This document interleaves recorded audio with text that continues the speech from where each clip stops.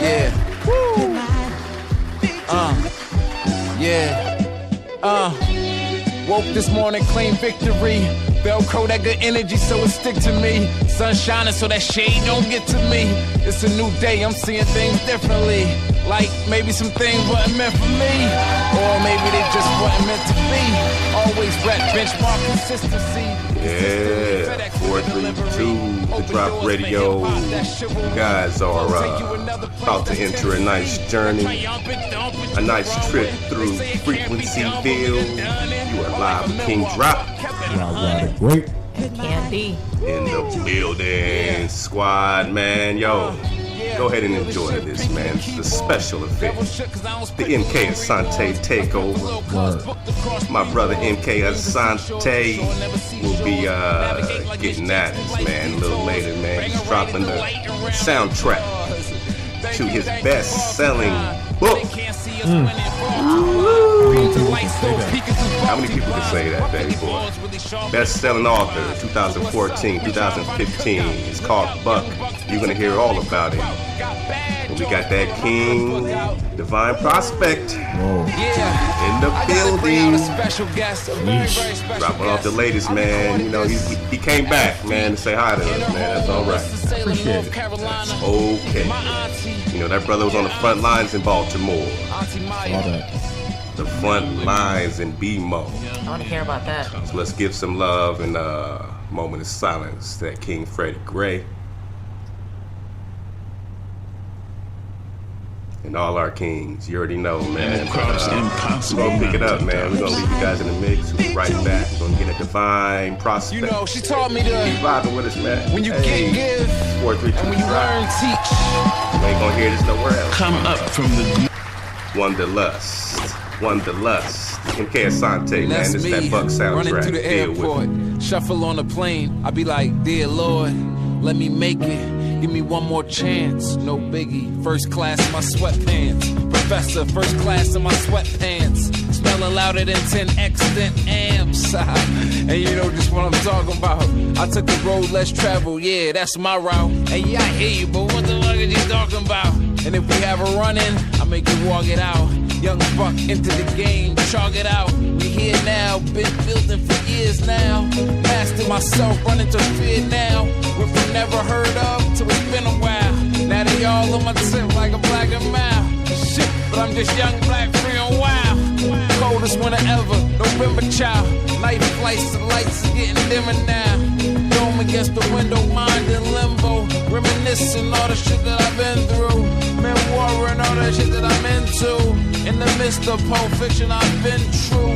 Nah, and I ain't trying to offend you. But if I did, then farewell, I bid you. I learned to always keep it moving. Never stay anywhere too long. They say if you drop a frog in boiling water, it'll jump out. But if you drop it in room temp water and slowly heat it up, the frog sits there and dies. I'm trying to be the frog that gets to jump on the boil. So I'm learning to see as far as possible and same time, avoid being seen. Laying the cut like peroxide. I'm growing eyes that hear and ears that see. I drive around the city, looking at the shapes the shadows make on the ground. Against the buildings, on people. Philly is a city of shapes. Out here, everybody has an angle, like geometry. Squares trying to box me in, octagons trying to stop me, circles trying to throw me for a loop, everything on the line. The sooner I catch the angle, the better off I am. To all my young bucks, kill distractions, create energy, fear nothing, and attack everything. You know what I mean? MK, city of the Fresh Prince, where they carry them lessons of Will Smith. Real shit, gotta deal with. Trite, dead bodies on the street lights. midnight, can't get right. Cause we got vision, but we lost sight. Like I had a best friend, but he lost light. Senseless, cause niggas was scentless. Self-destruction, looking seductive. Half the parts with no instructions. So they looking the part but lack substance. On my rap tap parts like favorite cousins. The BuzzFeed even said my buzz was buzzing. There was the pun that said I wasn't. Repudiated the repugnant, like Douglas, yeah. And I write for young bucks in the ghetto, illustrating life on a higher level. Show them how not to cheddar through the travel. Problem with authority, always been a rebel. Rose from concrete, always been a pedal.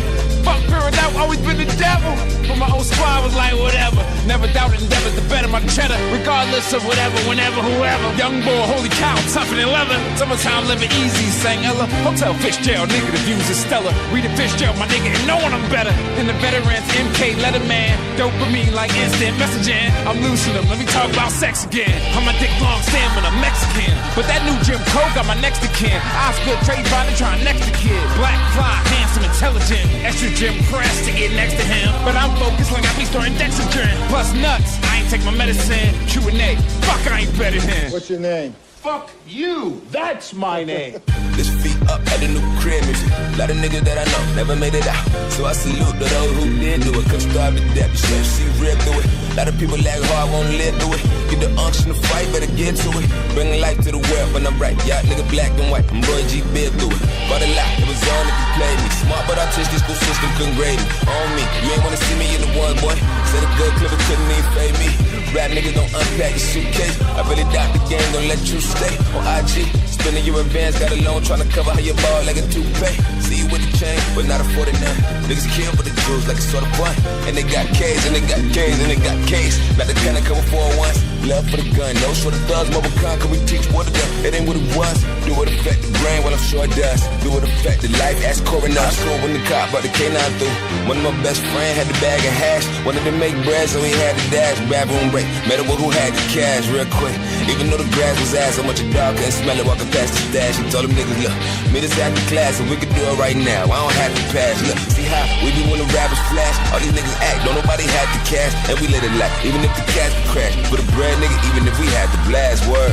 Even if we had to blast, grew up to get loot up. Little niggas shoot up, nobody blink, don't nobody bat the last, really though. I just had to ask, do y'all see this?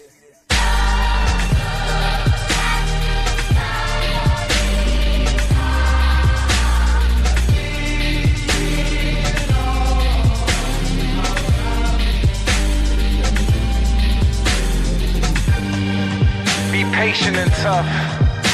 Someday, this pain will be useful to you.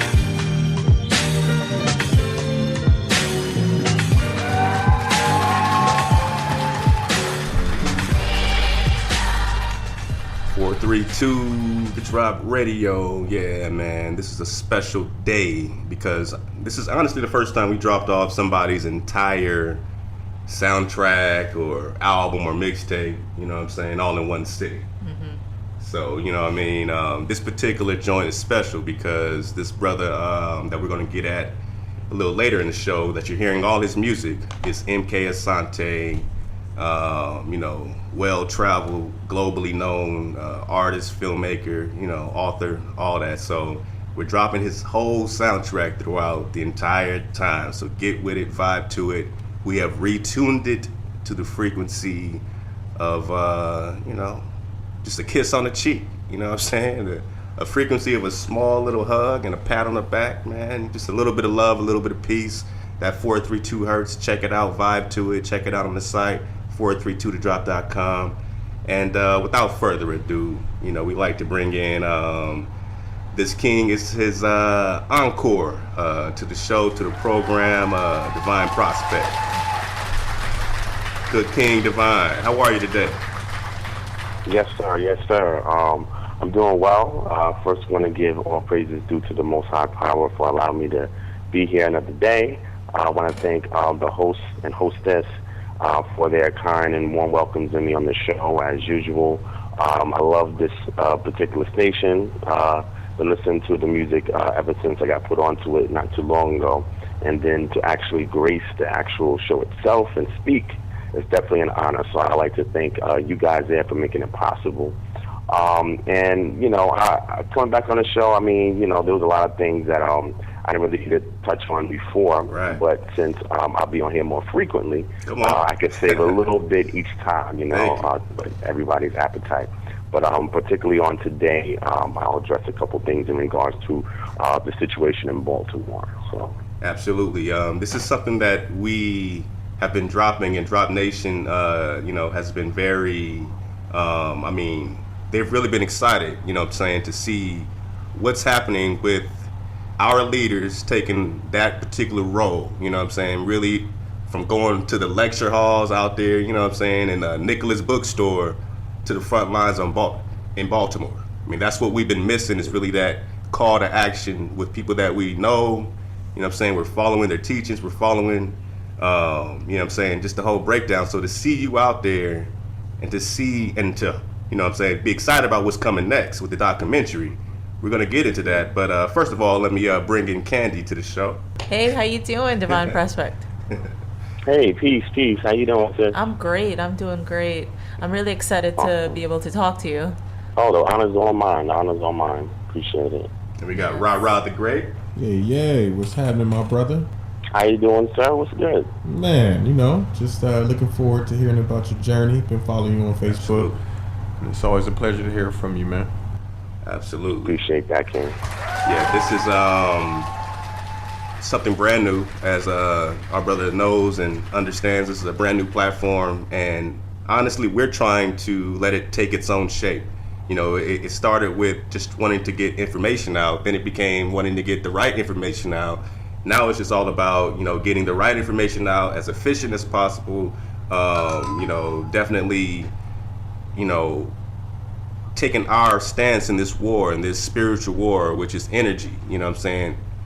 And with energy and with 432, that's how we, you know, plan to take our stance and just promote that vibration awareness. And what you're doing out there in Atlanta with Kingdom Harbinger, can you please, you know, for those that weren't privy to your first conversation with us, can you just give us a brief on Kingdom Harbinger and what you know, do as far as your daily task out there in the ATF? Yes, sir. Well, in regards to Kingdom Harbinger Ministries, it's an organization that I've formed, and the purpose of the organization is threefold. First and foremost, what we do is that we lecture, and the lectures that we set up are designed to educate people in regards to politics, social, economics, history, you know, to give people a firmer foundation in regards to identity. We touch on various different subject matter. Our particular expertise would be in what's called Hebrew Israelite ideology. So we teach a lot of lessons from out of that ideology, but we're not limited to that. So we cover a broad range of subject matter, and you know, we pretty much travel and lecture. The second one would be the services that we offer to the community. First being debt cancellation services, the second being naturopathic health plans that we offer to the community. We also assist with business, small businesses in regards to getting them off the ground, helping them with their mission statements, their logos, you know, in regards to setting up basic websites and getting the blue, I would say fundamentary or rudimentary marketing out there, so that way they can get their business started, and as well as assist with low-cost home acquirement. So we assist people with getting homes within the community the best we can, depending on what their locale is. And the third thing that we do is that we're just active as far as the political voice in the community. We want to ensure that the local community gets heard on a bigger, broader platform. So what we do is that not only do we offer these services and lecture, but we also get involved in a lot of activist type roles within the community, so that way the people can be more organized, more collective, more cohesive in regards to making their political voice known in their community. So we educate them on a lot of different fundamentals, socially, politically, economically, so that way they can be on a come up, so to say, and be able to be better represented within their community. So that's pretty much what we do for the most part. There's a couple of other things that we do, but for the most part, those 3-4 things is what the main mission of what this organization is about. That's big, King, especially, you know, when we get into solutions. Yeah, we know that you put your boot to the ground, you know what I'm saying? You got the posse up, you know, you got the camera, you got the flight, you hit Baltimore. Yeah. I just need to know what that was like, because Yeah, you can man. see it on the live stream, but it's a different thing watching being there. Right. And I'm waiting to hear what you experienced. Yeah, definitely.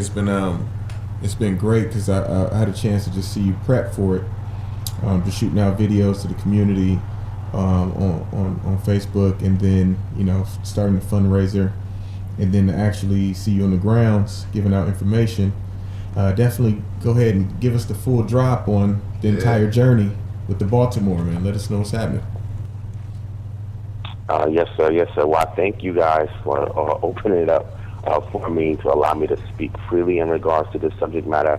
I feel that it's very prominent that we actually discuss certain things like this. I think the testing ground is really Baltimore because it's an accumulation of different independent events that are similar that occurred around the entire nation in regards to police brutality. And I think the cataclysm occurred there in Baltimore. So to start off, the reason why I really went out to Baltimore, I was actually watching all the events on TV, and I have some constituents and associates that was out there in Baltimore. So they reached out to me and say, hey, Divine, can you come out here and, see if you can assist with the different initiatives that we're putting forth to proactively make a difference in the community. So upon hearing that request, it was a last-minute request because I was asked, maybe about 4 days before I left to go there. So what I did was I put a video on Facebook and I told the people, I said, listen, I plan on going to Baltimore because of A, B, and C, so people knew the climate going out there socially. And I told the people, I said, hey, I'm going to Baltimore, the objective is to put forth several initiatives and also get intel at the grassroots level to see actually what's transpiring out there. So I put the video up on Facebook, and the first video I put up, and then, so many people just donated. I was grateful for that because I didn't have to pay for anything. So that was definitely a blessing right there. So the people just gave, and a lot of people who intended to go, wanted to go and couldn't go, they financially gave support. People called me up and they gave me some advice, because it's been a while since I've been to Baltimore, so I wasn't too acclimated with the area. But a couple of people were calling me, giving me advice, telling me exactly where everything was transpiring, the best place to town, if you want to get a hotel, etc. So I would have to really thank the people for making that possible because, they just made everything as easy as it can be for me to go out there and come back. So big ups to the people. Now, I did drive up there, so I drove all the way from Atlanta all the way to Baltimore. I didn't fly, anything like that. Wow. So, okay. That right there was like an unexpected road trip. That's a whole road trip. But, going there, I said to myself, being a leader in this community that I'm in, a leader is only as good as how he serves. He should be the chief servant of the people. And if the people are having an outcry in a particular locale, then the leaders need to go there and make a difference. So my first objective was to get intel at the grassroots level and then just network so that way I can get the ball rolling with initiating a couple of proactive plans to resolve some of the social ills that was occurring out there. So after my long, treacherous 11-hour trip to Baltimore, when I finally arrived, I stayed at the Hyatt Hotel, which is downtown. And the reason why I chose that location is because it was right down the street from City Hall and not too far from where Ground Zero was at, which is Pennsylvania and North Avenue. So it put me in a position where I wasn't really in the heart of where everything was going, but I was like right down the street from it.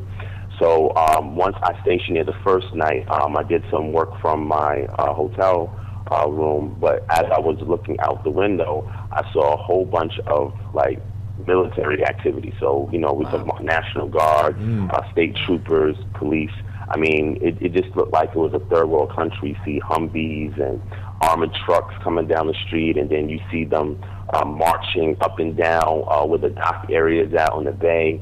And it just looked very surreal, and it's not nothing that I haven't been familiar with being in New York after 9/11. It was the same kind of thing, so I pretty much wasn't fazed by it or jaded, but other people in that area were, because it was, it was not normal to them. But the interesting thing was a lot of foreigners that were there from other countries didn't see nothing wrong with it, because in their countries, the military police everything. Wow. Which was very interesting. And they were not fazed by it at all. They just thought it was normal. And they was wondering why the Americans was acting so crazy because the military was in the street, Okay. So what happened was, the first night I was doing some work and I fell asleep. I woke up. Now the curfew was at 10 o'clock. So I woke up maybe about 9:30. I was like, oh, I need to hurry up and get out. So me and my crew, we had left out, and we had walked towards City Hall. And as we was approaching City Hall, it was, I can't even explain how it was. It was helicopters in the sky that was shining a light down, like they were looking for people. There was at least 4 helicopters in the sky. Then you see like the streets clearing out, like there was like almost emptying out, like little to no cars on the street. There was people, I was walking on the street and they was like walking real fast to try and help me get to a destination because of the curfew. So it looked like a movie for a second, and I was like, wow, this is really strange. So I took my phone out and I started recording, and as I was walking towards City Hall, and then by the time I got there, it was already like at curfew, a little after curfew. So as we was approaching City Hall, there was a perimeter that was set up by the National Guard. And, we wanted to say, hey, let's see if we can make it in there to kind of like record what was going on, because I had gotten a call by somebody that was local that had told me that there was some kind of abuse going on there, with the police. And, they wanted somebody to have independent footage of what was occurring. So I said, I'll go out there and see what's going on, and also ensure to see if the law was being broken, because I'm pretty jurisprudent, because that's part of what my organization does. So I wanted to ensure that the people understood what they were allowed to do and what they weren't allowed to do, and then what was the National Guard's jurisdiction as well as the local police. But as we approached there was another group of individuals that was just so happened to be there at the same time we were there, and they were walking in the same direction. So as we was walking, we saw another camera crew.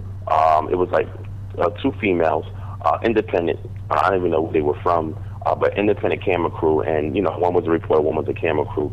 And as the group that we had saw when we approached there started walking, they had asked us a question, so we stopped briefly and we conversed with them, and then after that brief conversation, we proceeded to walk. And as we was walking towards it, there was a truck in the middle of the street. I don't even know, it was an armored kind of truck that was in the middle of the street. And the group that was ahead of us, it was at least maybe about 10 feet ahead of us. As we were walking, you saw all of these like soldiers jump out and grab them and just take them in. What? Now, we were like 10 feet away from that group, and if that crew did not stop us and talk to us, we would have got picked up with the rest of the people there. So wait. I'm sorry, Divine, man. You talking about like an abduction, like a military snatch and grab? Yeah, that's what I was talking about. It was crazy. Is that what they call the snatch and grab? Oh man, it was like a movie. Like when I say they came, so what happened was about 3 cars came up, and all the people came out, and they seized them, and they was asking them, "What are you doing here?" So the people were trying to talk, and they were just grabbing them, they handcuffed them, and they just threw them in the back of the truck or whatever. So we paused for a second, and we was like, so we was like, okay, so we know we can't go but so far, because we won't even get a chance to get a word out before they grab us up. So I was like, okay, something definitely is not fishy going on here. So we recorded that incident. And some of that will be in the documentary. We recorded that incident, and we said, okay, you know what? The best thing to do right now, since it doesn't seem like they're playing, because now there's more troops coming out with guns, and I'm familiar with guns, and I see that the safety is off for some of these guns.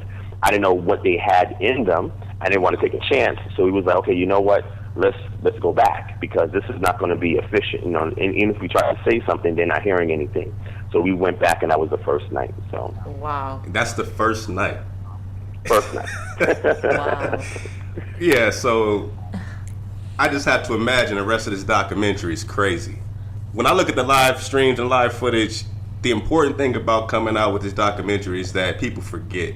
And most people are not tuned into these live streams. Most people are just, watching the game or something, you know what I mean? But these live streamers and these people out there are at least attempting to give you something raw and something real.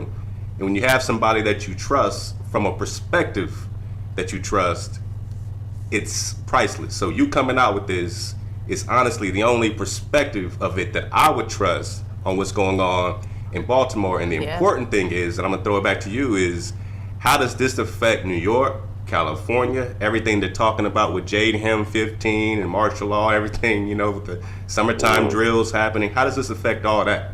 All right, now that's a great question. But if you don't mind, I'll go quickly over day 2 and 3 with you, because I think that's the crux of everything. You know, the question you just asked. Yeah. So, to sort of go over day 2 briefly. So day 2 came. So we woke up on day 2, and you know, I was able to get some press badges for my organization.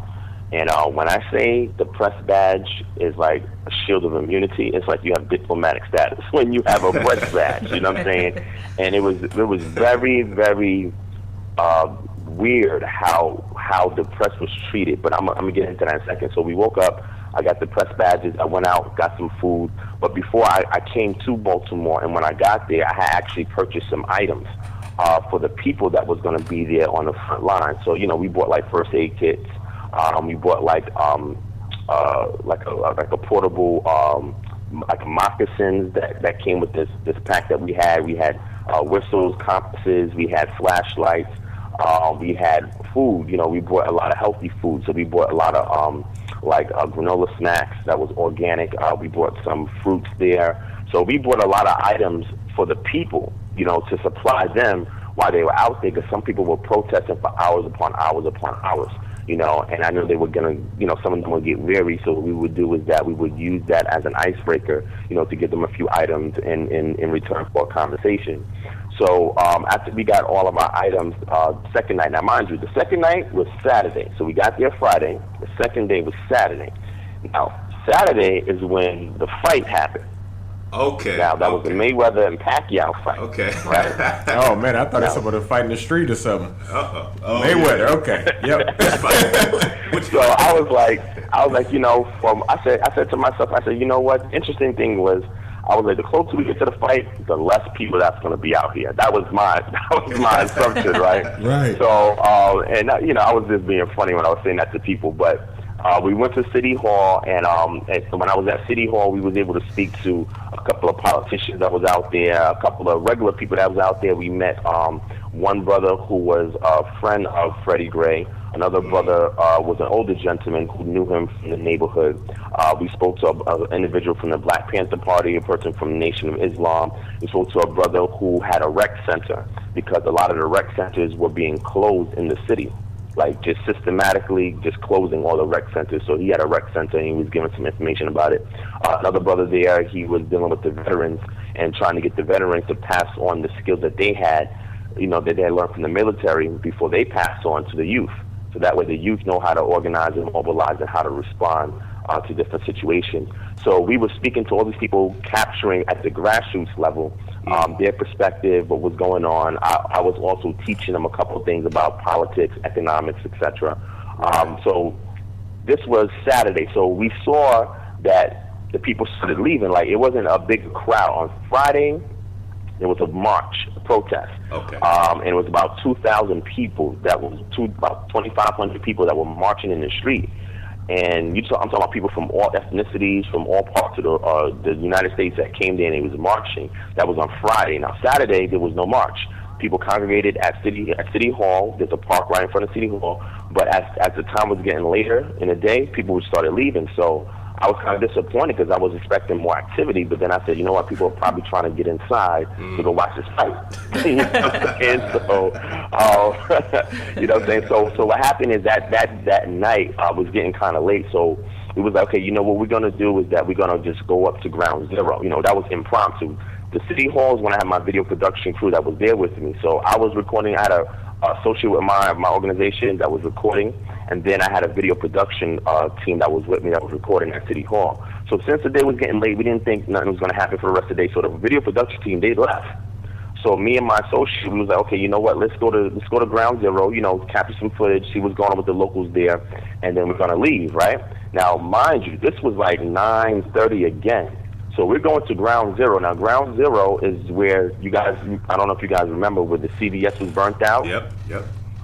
That's ground zero, right? Okay. So that's Pennsylvania North Avenue. There's a metro station that's right there.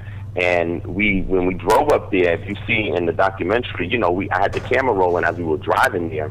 And as we was driving through the neighborhood, man, I just, you know, it's the last time I've been to Baltimore, it was before I was conscious, you know what I'm saying? And before I started, like, making a difference. And nothing changed. You know, when we drove past, we saw some communities that was burnt out from the riots in the '60s that weren't fixed up. You know, so it was like really depressing, and I just, you know, just it touched my heart to see the conditions that my people were living in, and again, it just seemed very third world. So as we approached Penn and North Avenue, we had to find parking, and we got out. Now, I'm telling you guys this, right, because this has to do with the question you asked, and then I'm going to wrap up on day 3.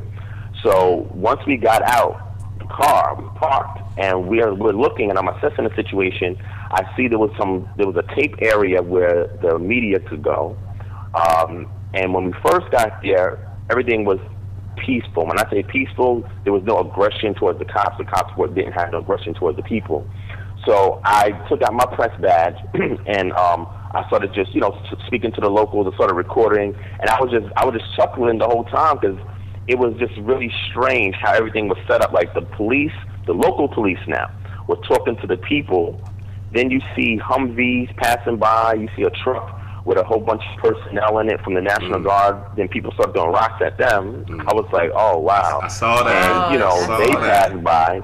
Yeah. Well, good thing they didn't come out the car and do anything. They just, you know, threw a couple of rocks and they passed by. Right. And I was just chuckling to myself like, wow, like this is weird. So then you have CBS there, Fox there, CNN there, all of these channels and stations there. Now, let me tell you guys what was going on, right? Now, I don't know if you guys are familiar with that group Anonymous. Are you guys familiar with that group Anonymous? No doubt.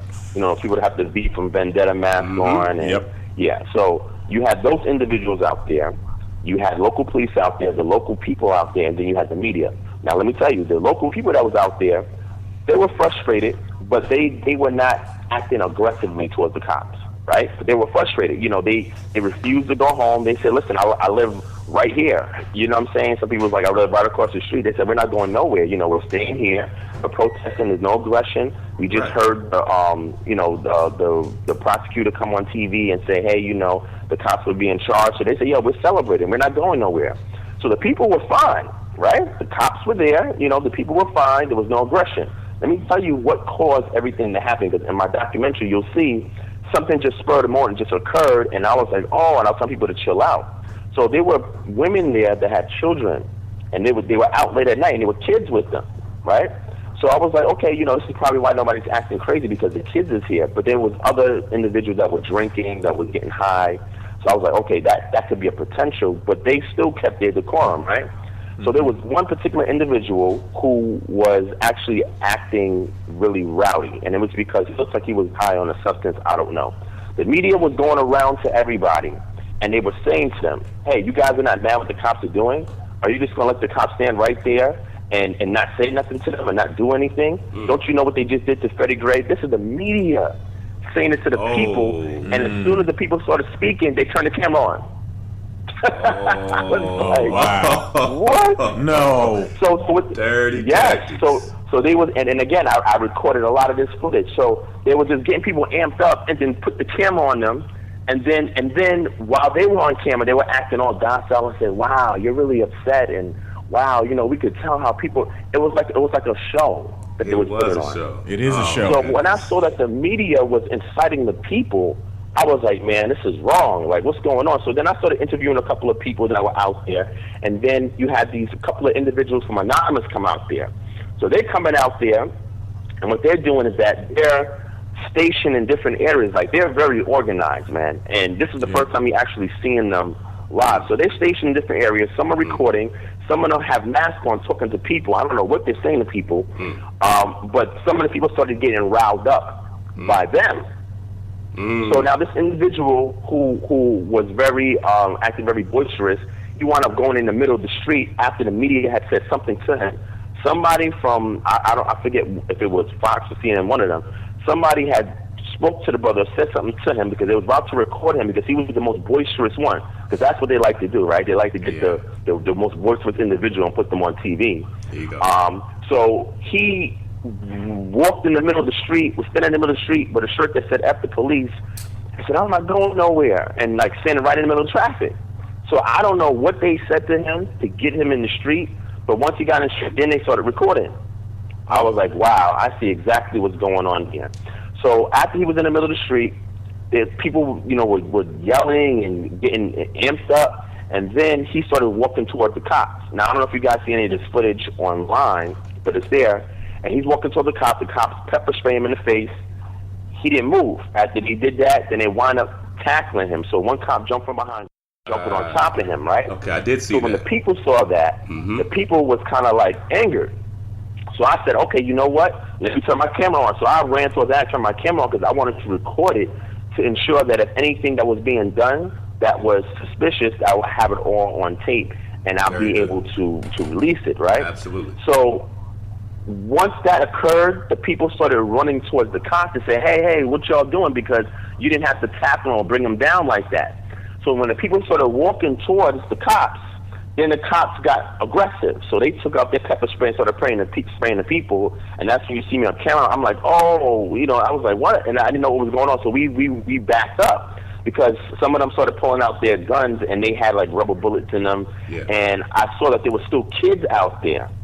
So I was like, oh man, that's all right. Let me start recording. So as I'm recording, some people started throwing rocks at the cops. Right. And I'm like, yo, chill. And I'm telling them, yo, chill, like, you know, like there's kids out here. Oh, then some of them started throwing glass bottles. Now, mind you, while all this was happening, the media that was started recording was telling the people, are you going to let them get away with that? Are you going to let them get away with that? Yeah. See, the media was inciting the people every step of the way. Wow. Not the people acting aggressively. The media put the battery in their back. And I'm glad I got a lot of that footage so that people can see exactly how detrimental the media is when a situation is going on. This is something similar to a friend of mine who was in overseas in Iraq on special operations. And what he would tell me is that when he would go to survey the different neighborhoods and stuff like that, everything was peaceful. He said when the media trucks came, that's when all the action started occurring. So these are things that people at home are not seeing at the grassroots level. So I was able to record a lot of that footage, and then I realized what was going on. So the third night, which was the last night, the third night we went out, looked around the city, you know, a couple of areas of the city, and then we finally ended up at City Hall. And at City Hall, that's when Dr. Jamal Bryant, he was giving a speech in the park, and it was flooded. It was like a whole bunch of people there. So we was able to get some footage of that speech. We also spoke to a couple of politicians, a couple of police officers too, asking them, how do they feel about the situation? You know what I'm saying? Because we didn't want to be biased in regards to who we spoke to. So I got some footage of the National Guard, some footage of the police officers.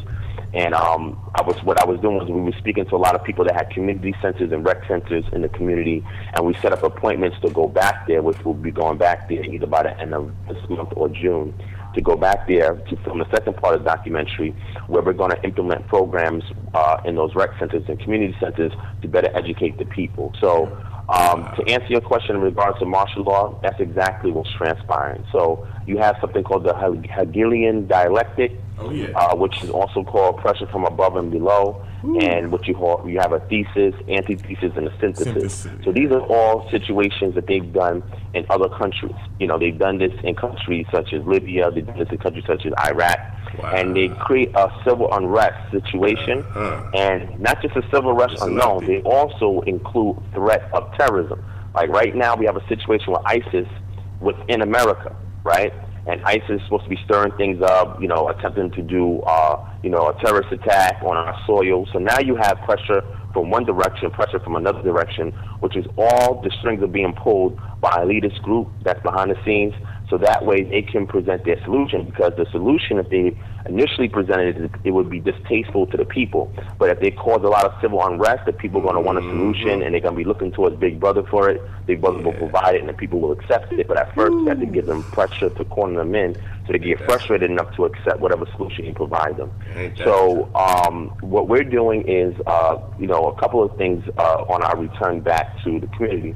First thing is we're providing economical plans to the community to open up more rec centers, community centers, because these will be the hubs or the think tanks that will process information and output people once they're processed with the information to go out there and start opening up businesses, get involved in politics, etc. We want to implement law courses so that the people can understand what they're allowed to do and what they're not allowed to do, and what they can do to change the jurisdiction of what they're allowed to do and what the police can and can't do.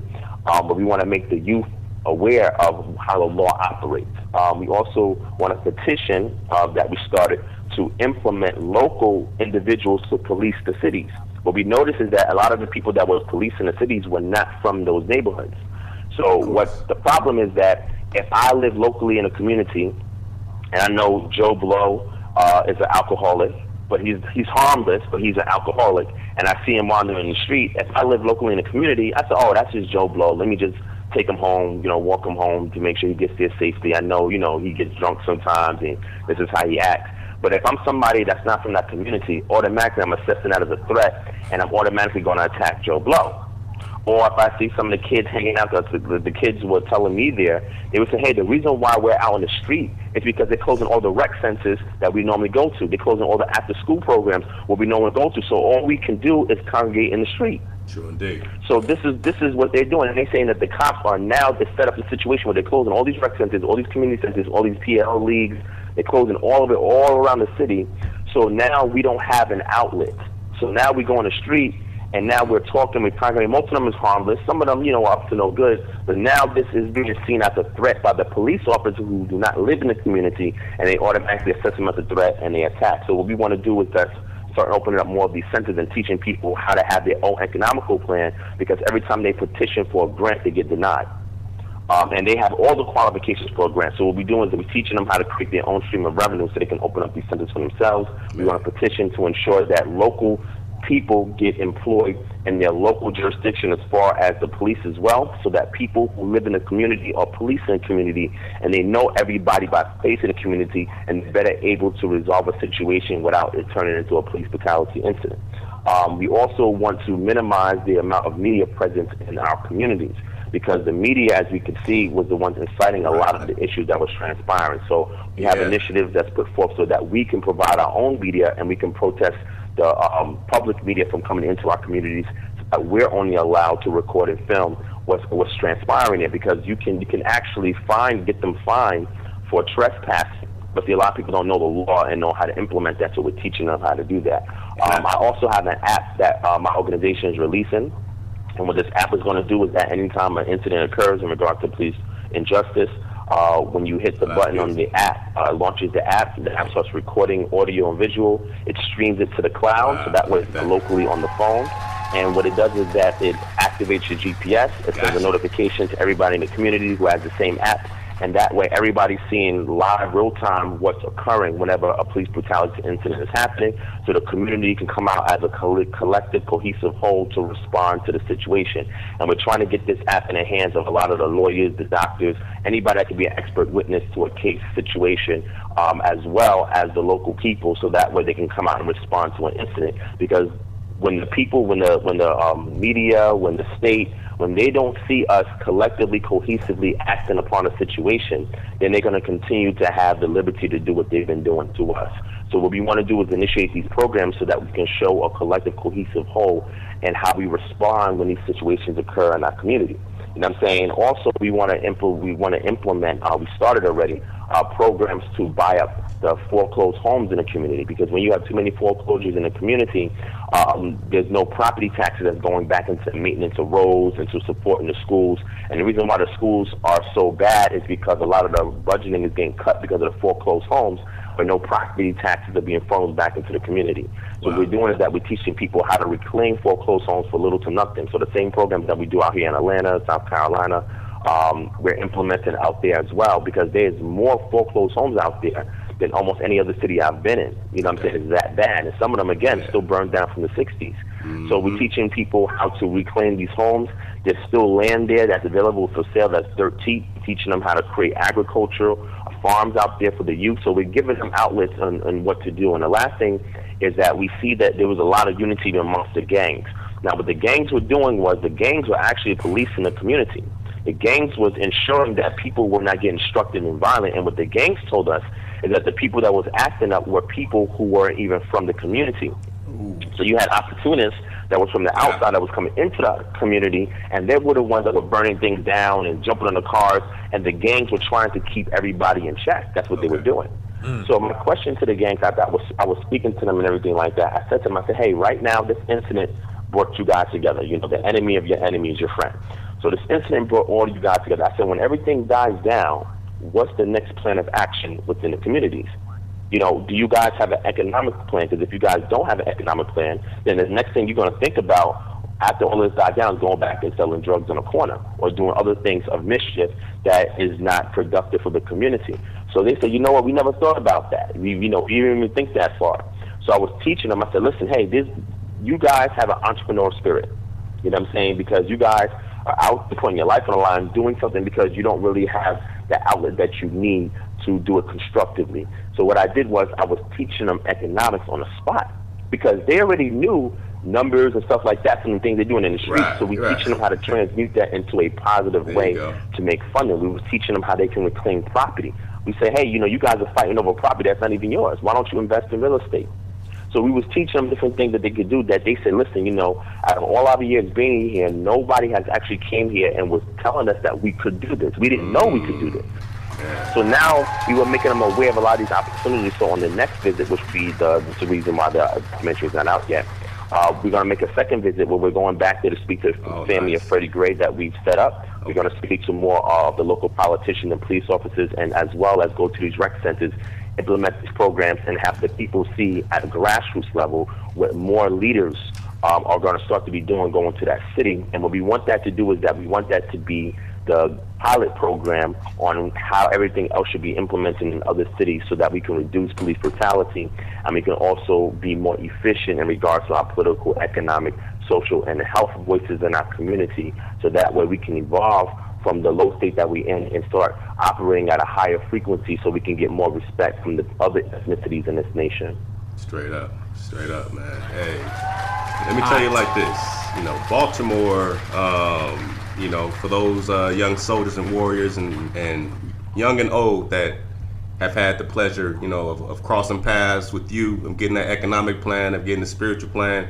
And I definitely want to touch back on the media and really, if they're stirring things up, then who's stirring them and who's really stirring the pot? I want to get back into that as well. Right quick, I'm going to hit back the mix, and I want to get that King MK Asante to chime in on a couple of things, as well as his book called Buck, B-U-C-K, and how that relates, to a lot of the cross references that we're presenting on this platform. So if you don't mind holding on a little bit, Brother Divine.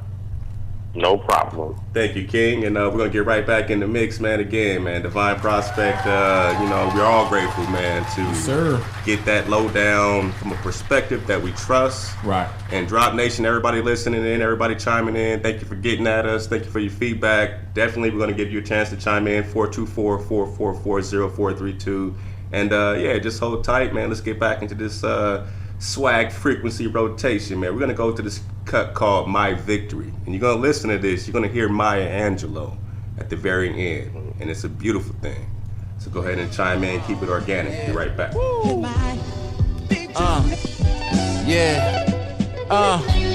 Woke this morning, claim victory. Velcro that good energy so it stick to me. Sun shining so that shade don't get to me. It's a new day, I'm seeing things differently. Like maybe some things wasn't meant for me, or maybe they just wasn't meant to be. Always rep, benchmark consistency. Consistently, FedEx with the delivery. Open doors for hip-hop, that's chivalry. Flow take you another place, that's Tennessee. That triumphant dump, but you can run with. They say it can't be done, but we done it. My life a memoir, Buck kept it 100. Hit my victory. Feel the shift, pinky the keyboard. Devil shit, cause I don't spit for little rewards. I spit for little cuz, booked across 3 wars. Dreams of seashores, but sure never seashores. Navigate like mistakes through life's detours. Bang her right at the light and round the applause. Thank you, far too kind. Man, they can't see us winning, far too blind. Beams of light still peeking through faulty blinds. My Philly boys really sharper than porcupines. So what's up? We try to find a cookout. Look out, young bucks get took out on that crook route. Got bad jaws pulling my good book out. I gotta bring out a special guest, a very, very special guest. I recorded this at her feet in her home in Winston-Salem, North Carolina. My auntie, your auntie, Auntie Maya. Young women, young men of color, we add our voices to the voices of your ancestors. who speak to you over ancient seas and across impossible mountaintops. You know, she taught me to, when you get, give, and when you learn, teach. Come up from the gloom of national neglect. You have already been paid for. Come out of the shadow of irrational prejudices. You owe no racial debt to history. The blood of our bodies and the prayers of our soul have bought for you a future without shame, bright beyond the telling of it. She told me that I'm a human being, therefore nothing is alien to me. Fear nothing. You are the best we have. You are all we have. You are what we have become. My name is Maya Angelou.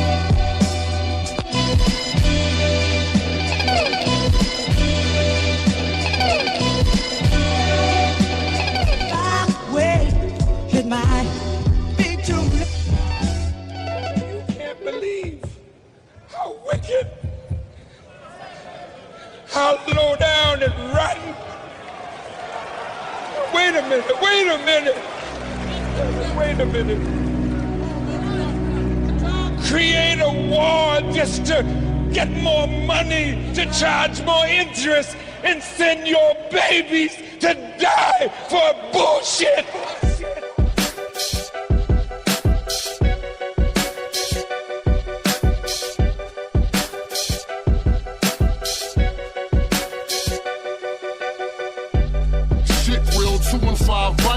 Pipers, fighters, lifers, ciphers, shysters, wires, dippers, diapers, snakes, vipers, rats, tigers, real rap liars, ratchets, pliers, suppliers, buyers, state road rikers, Osage fires, low age dyers, low wage hires, dro haze lighters, Akis, poppies, choppies, oxys, seconds, floppies, butters, broccolis, polo, jockeys, popo, knockies, go-go, mommies, regals, bonnies, squatters, Johnnies, shahas, homies, turncoats, cronies, wacky, mollies, rocky, trolleys, wickets, kanjis, chicken, Chinese, Kofi, Samis, riders, nodders, catfish, shahadas, diamonds, masters, taskers, survivors, Rizzo, Timony, Gizzo, Liberty, Roadhouse, Symmetry, Courthouse, Hillary, Uptown, Awney, Oakland, Hollow,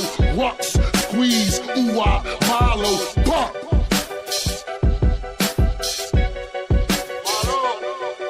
Young buck, wild, buck shots, bucktown, slave buck, black buck, make buck now.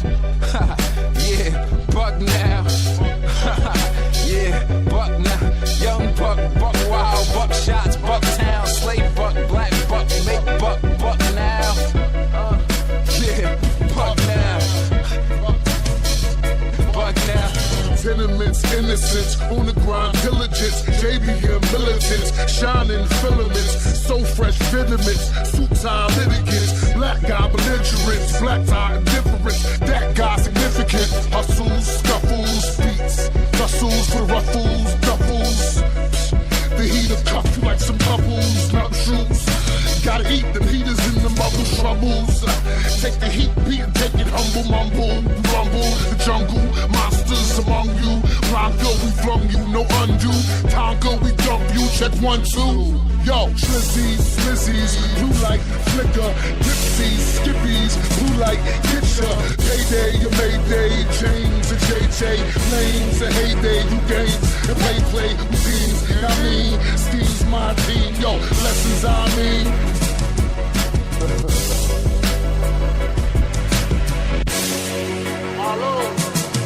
Young buck, wild, buck shots, bucktown, slave buck, black buck, make buck now. Yeah, buck now. Yeah, buck now. Young buck, wild, buck shots, bucktown, slave buck, black buck, make buck now. Yeah, buck now.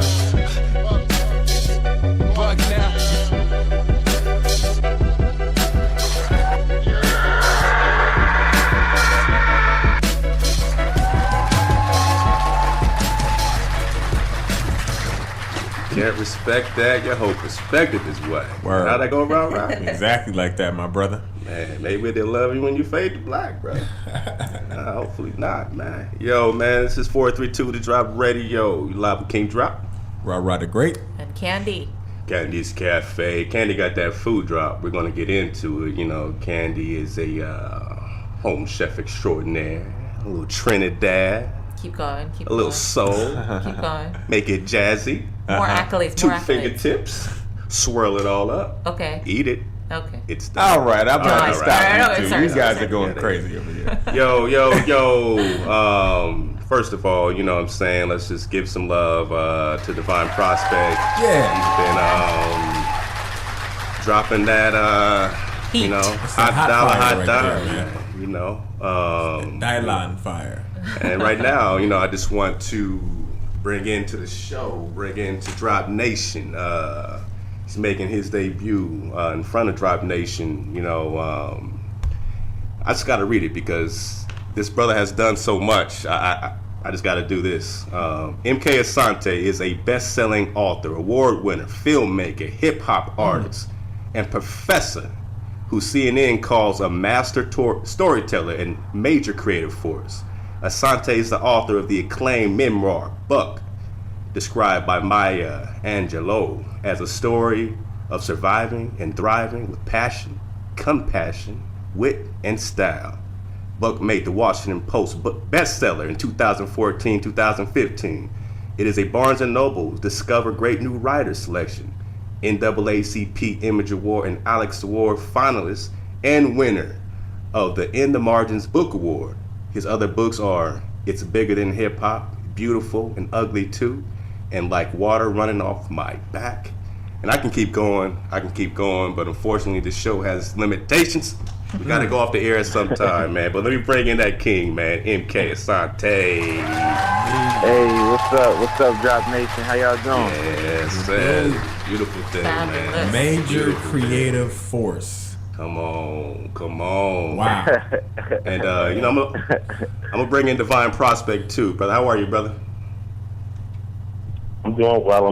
No complaints, man. And MK Asante, I was just listening to some of the tracks that they were playing, man. I gotta say that's fire, man. I really respect it. I even pressed my sound hound to try to like grab the piece if I could get the track somewhere. You gotta let us know at the end of this show to get your music, man. Peace. Definitely, man. I appreciate that. MK, if you don't mind, I just have to throw this question out to you. I definitely want to get into all kind of things. I just have to ask you about that Queen Maya Angelou, brother. You know, hearing her on that My Victory track and remembering an episode of, is it Iconoclast I saw with her and Dave Chappelle? Yeah, Iconoclast. Woo! I mean, she just grabs your heart, man, and just takes you places. Can you please describe just being in the presence of that queen? Yeah, you know, thank you, man. That track is special to me because I made a film with Dr. Angela, Auntie Maya. She wanted me to call her all the time. Yeah. I started my relationship with her in 2006 when I started a film called The Black Candle, and I wanted her to narrate the film. And I was able to get in contact with her. She narrated the film. We co-wrote the film together. And when I was at her house making that film, I asked her if she could do, you know, because she always like recited poetry and things like that. And there was a piece that she had kicked for me actually one day, not on the, like we didn't do it on film. And then I asked her if she could do it again. And that was the piece she did. So I recorded that, you know, in her house in Winston-Salem, North Carolina, that poem, her doing that poem. And then after she passed away, I happened to hear that Dilla track, My Victory. And everything else just kind of came. You know, music is so organic, so it just started to come. I just felt like she needed to bless the track, man. And then, you know, I just kind of talked about some of the things she told me. But being in her presence was amazing, man. She was funny. She was really an MC because she had so many bars. Like she would just be talking and then she would just drop a bar. Like she would just drop a verse from either something she wrote or something she read. Like she was constantly like spitting knowledge and spitting bars. So yeah, she was a big influence for me.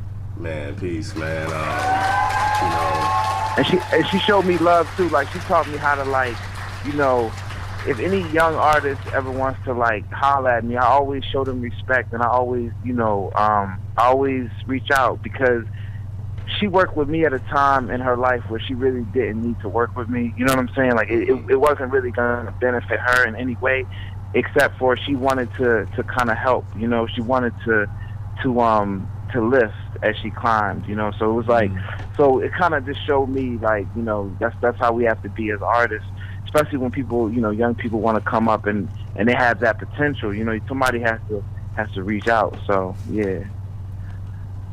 So, what was the process of writing Buck? Yeah, we gotta get into the process.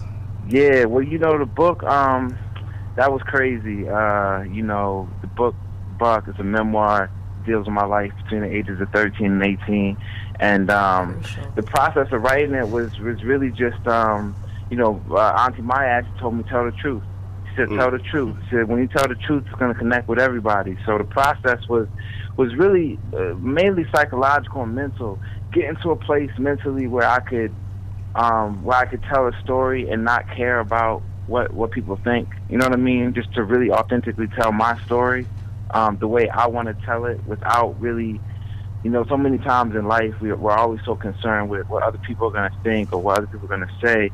And so the most challenging part of writing the book was really just kind of getting over that and getting to a place where I could be completely free and liberated.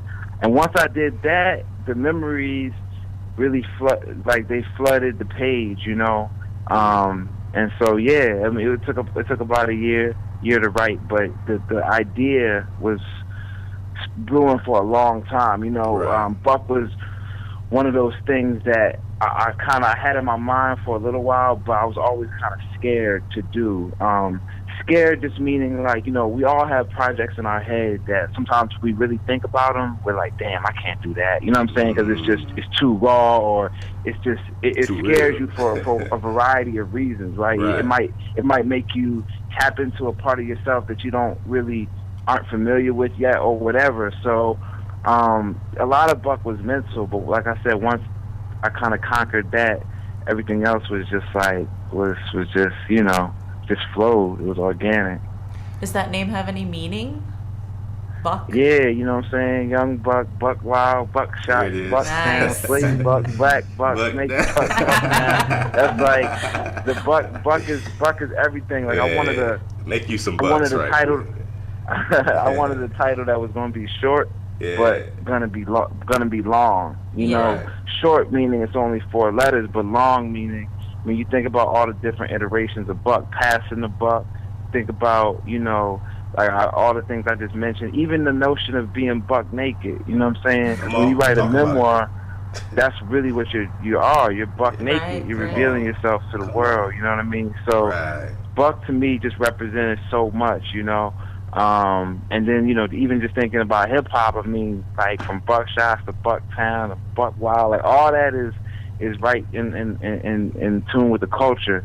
And the way I really knew that was the title, I had told my mom, like, that I was working on the book or whatever, and she, you know, my mom she's an artist, she's a dancer, and I always I have a lot of respect for her opinion when it comes to art. So one day she hit me up, or no, I called her, matter of fact, and I'm like, Mom. She's like, yeah, and I'm like, I said Buck. She was like, yeah. right then and there. It's a done deal. That's easy. So, you know, me and my mom on that same artistic plane. And that's a great segue, because you know, you brought up you know, moms, and we're talking about Maya Angelou, Dr. Angelou, and I definitely want to bring Brother Prospect back in on this. You know, bridging the gap. You know, with our one, with our ancestors, you know what I'm saying? 2, with our parents, grandparents. MK, you know, to you first, you know, what role do you see that having in the immediate solutions in terms of just getting our identity back, getting our community back in order, in terms of having our elders, respecting our elders, understanding what our elders like, you know, Dr. Angelou got to tell us, man, and what they've been trying to tell us for so long? Like, what role has that played just in your journey, and then how is that a part of the solutions in your eye? Yeah, I mean, I've had a lot of mentors and, you know, people throughout my journey that has definitely showed love. And, you know, I grew up in a situation where I had respect for my elders. You know, I was always taught that. You know, and at the same time, like, the elders gotta respect us too. You know what I'm saying? Because without that, sometimes it's like difficult. You know what I mean? And I've been in situations where, like, it's kind of, there's a divide because the lack of respect is kind of like mutual, you know what I mean? And so we have to kind of like, I think each generation kind of has to work on that. You know, young people, we oftentimes think that we know it and we have it figured out. And the OGs and the old heads and the elders, you know, they can see past, you know, what we can see a lot of times. But sometimes the communication is just like, you know, I've seen it with hip hop a lot.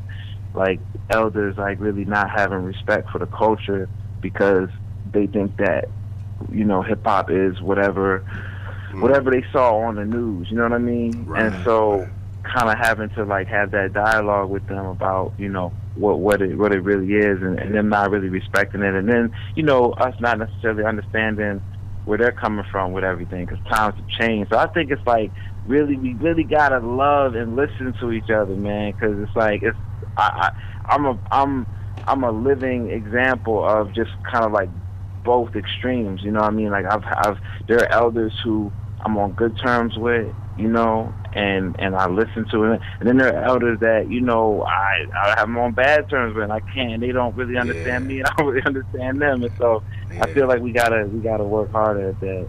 True that, Brother Prospect. You know, how do you see, you know, bridging that particular gap as part of the paradigm and getting ourselves together? Yeah, I want to first say that MK Asante did a great job with giving some feedback and insight in regards to the elders and you know, our perspective in working with them. I think that what has occurred over the years is that you know, we were a very tight-knit unit when we were really fighting for our quote-unquote rights or to be recognized as somebody here in America. And I think the problem is that a lot of the youth are not aware of a lot of the struggles that the older generation has done.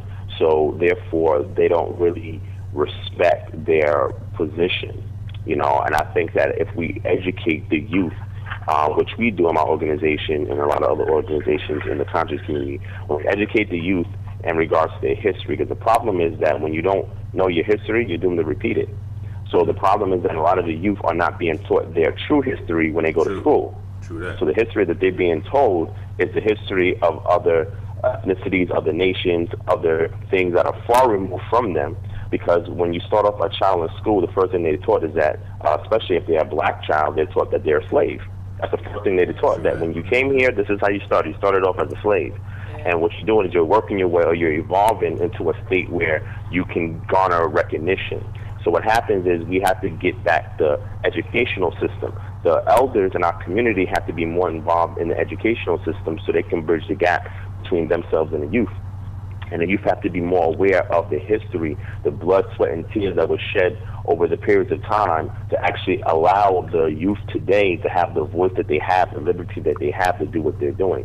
And I think with proper education, if we implement these programs when the children are at a young age and we take back schooling into our own hands for our children, we don't let them just go to these public schools, but we also do some degree of homeschooling or put them in some kind of maybe after-school program that's locally in the community to teach them their true history.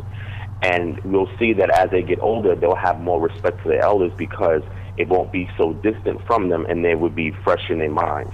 So I think that that's one thing that we can implement in regards to education, so that way we can kind of bridge the gap and be able to work together and not fear one another. You know, a lot of times the youth, you know, they fear the elders because the elders are trying to jock their style or try to mess up their swag, and then the elders are feeling that the youth are being disrespectful because, you know, they have a culture that does not honor them.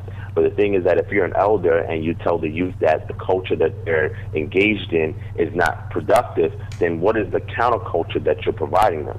Because if you're not giving anything to them in return, then they're going to be empty, just having to sit there and soak up everything that you're saying, and they won't have the ability to express their creativity or have an outlet for it. So I think that we have to ensure that we have proper education in our community to bridge the gap, and also if the youth are doing something bad, to provide them a counterculture so they can still have that outlet to express their creativity. Man, I think you guys. Yeah, I agree. I think that those are some great points. Those are some great Well points. said. Yeah, you guys hit a lot of things that are really important. It seems like we, as a people, are on the defense so much. We're under attack with the food we eat, our education. I mean, the list goes on. Our medicine that they give us, the pharmaceutical company, everything. We're so much under attack. We're so much on the defense. I think one of the offensive moves that we can make to actually make a difference is the education, and definitely putting our efforts towards the youth. So that's very important. If we can just learn our history, right, knowledge corrects wrong behavior. That'll put us in the right direction.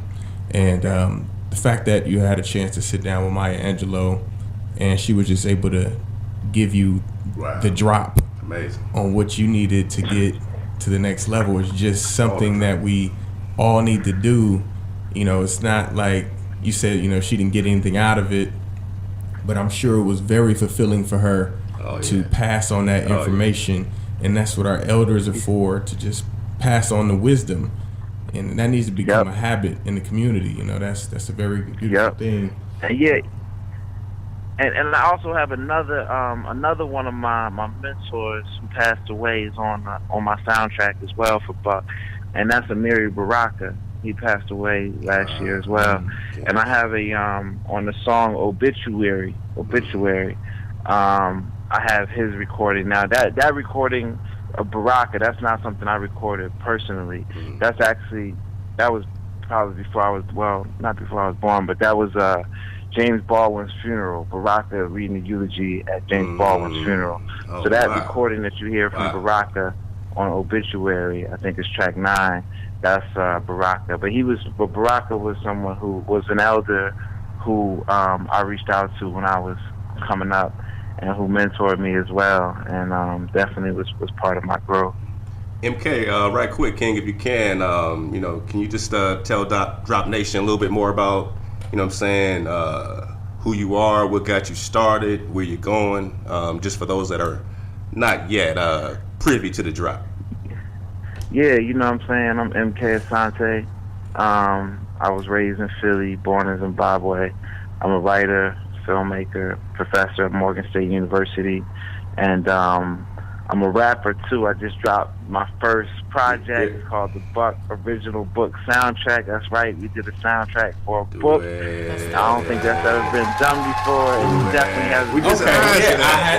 I'm sorry, man. We just been talking about that. We said, has it ever been done? It's never been done. What's that? I had asked King Drop. I said, this dude got a soundtrack to his book?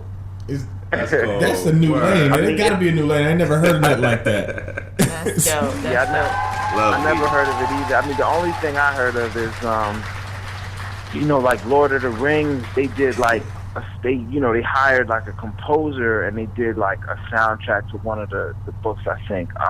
But that's a lot different. I mean, it wasn't the actual author of the book making the music. Man, they ain't got the drop. They ain't got the drop, bro. It's all you, man. Sorry to cut you off, though. Please continue. Yeah, but so I'm, that's my first project as a hip hop artist. And so that's a big part of what I'm doing now, where I'm going now. It's this soundtrack is presented by Djibouti Media.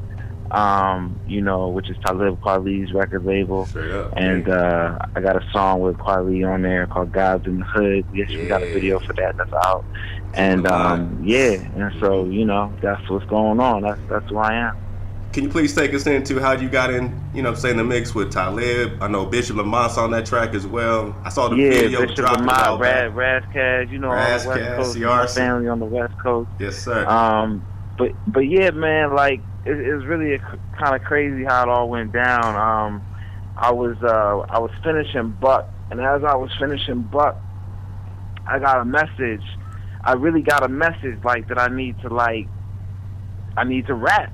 I was writing this book, and the message was yo, you need to reach more people, basically, like, you know, use different mediums. And so I started writing a lot of rhymes. I'm a poet, you know what I mean? So I've been on the Philadelphia spoken word scene. Like, I've been doing all that for years. But rapping, like writing music to beats and stuff, is something I didn't really do. I always was somebody who could freestyle, you know what I mean? So anyway, I started writing all these rhymes, and, you know, they say preparation meets opportunity. You know what I mean? They say that's what luck is, when preparation meets opportunity. So I had all these raps written, and then one day, out the blue, I get an email from Razkaz, and I didn't actually know Razkaz at the time. And he was like, yo, I got a song I'm doing with Bishop Lamont, and it's called Guys in the Hood, and we want you to talk on it, right? And he wanted me to talk on it like as a professor, you know what I'm saying? Like, you know, say some smart shit, you know what I'm saying? So I was like, all right, you know, send over the track. So he sent me the track, and I heard it, and my homie was with me, and my homie was like, yo, you gonna rap on it? I was like, yeah, but I mean, they asked me to talk on it. And so my homie looked at me, he was like, so you gonna rap on it, right? And I was like, yo, I really didn't think of it like that. Like, damn, you want me to just... Anyway, I jumped on the track, I rapped on it, and I sent it back. And Raz hit me back, and he was like, yo, you bodied the track. He was like, yo, you can't be murking us on our own shit like that. Like, so he was really feeling it. And then Talib heard it. Talib was feeling it. Talib wrote a verse for it. And then that was my first song ever in the history of my hip hop. Like, that was my first song I ever did. The first time I was ever in the studio, I made Guys in the Hood with the legend. So that was my entryway into the game. And we shot a video for that. I directed the video for that. We shot in LA with Qua and Raz and Bishop, and that was a really great experience too, because I'm a filmmaker, so part of my sensibility as an artist comes from the visual storytelling, you know what I'm saying? So I was able to kind of tell that story visually. And that was really the beginning, man. And then, funny enough, then I hooked up with a dude named King Mez. I'm not sure if you guys are familiar with King Mez yet, but that's my brother right there. Right. He's on the soundtrack, and he's also just like, he's about to be like, if you don't know who he is now, you're about to just know him on every level. He's working very heavily with Dre right now over Aftermath, and he's just my brother. He really helped me with the music, because music is different than films, it's different than books, it's different. And he's a producer, he's a writer, and he just came in and like showed me so many things in the studio. We spent countless nights in the studio working and just trying out different things, and I just started working on the soundtrack, man. And then when I was wrapping it up, Kweli reached out to me, and we started rapping, and he heard the soundtrack, and he was like, yo, and Javoti got involved, and, you know, here we are, man. That's called organic, bro. That's called organic. Yeah, it's been very organic. Man. Real talking, you know what I'm saying? We're in the energy business, so we promote vibration awareness, man. You know what I'm saying? We tune the music, you know what I'm saying, to alternative frequencies. After realizing that around the 1930s, they started standardizing all our frequencies. So automatically our MP3s and all that are coming out at 440 hertz. And we're like, well, what's 440 hertz? When you research it, it's a very distorted, non-geometric frequency. But none of our ancestors, none of our instruments were tuned to this. So they're pulling out instruments out of Egypt, and they're all tuned to 432. And we're understanding that a golf ball has 432 dimples in it. And this is sacred geometry. That's our science. So now we tune all our music to 432, which is the exact resonance of your pineal gland, your crown chakra. And each of your chakra has a different frequency to it. So we choose and are transparent about how we are, you know, broadcasting our frequency. But we have to promote the awareness of what we're getting from the radio, the MP3s, iTunes, whatever's coming out of there.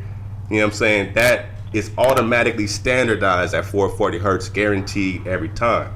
You know what I'm saying? So now we are trying to get our musicians, everybody, to say, hey, drop your album in 440, you know what I'm saying? That's all good, but also drop it in 432. You know what I'm saying? Also drop it in something like that. I want to hear my joint at 432. You can hear it. Hey, you know what? We've been dropping it all night. Now we're about to drop that Young Buck featuring King Mez. You know what I'm saying? We're about to drop that right now. So just stay tuned. Divine, please hold on the line, man. I want to get back to you, and I want to ask you about your concept of fear and how we can get over fear in our community. So we'll be right back, brother. This is called Young Bucks. It's in 432 organic frequency. You about to hear it here first. To all my young bucks, kill distractions, create energy, fear nothing, and attack everything.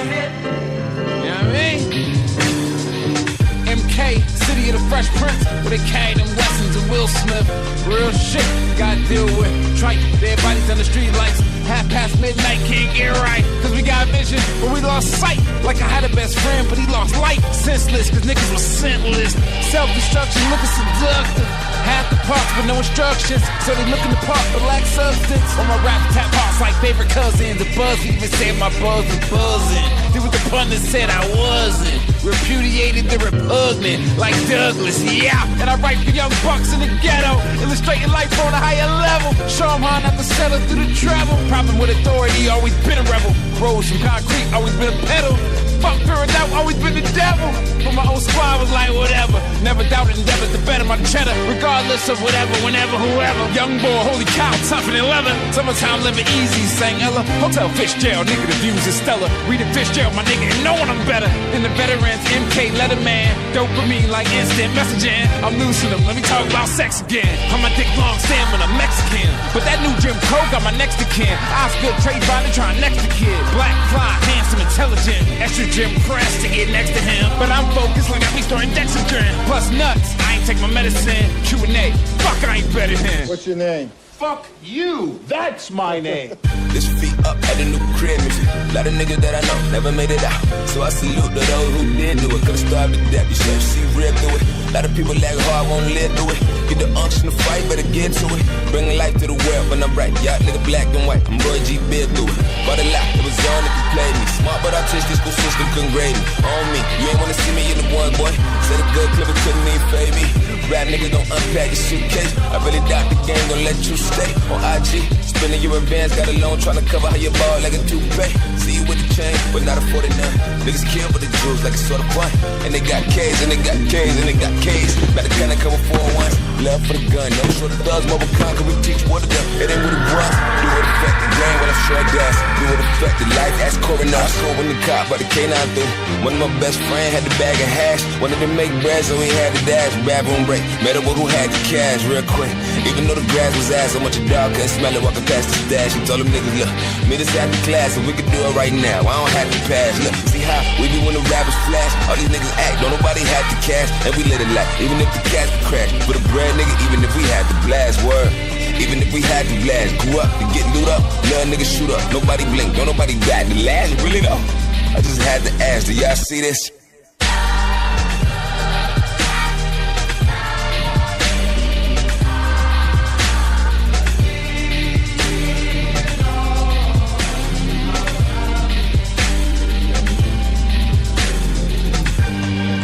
Be patient and tough. Someday, this pain will be useful to you.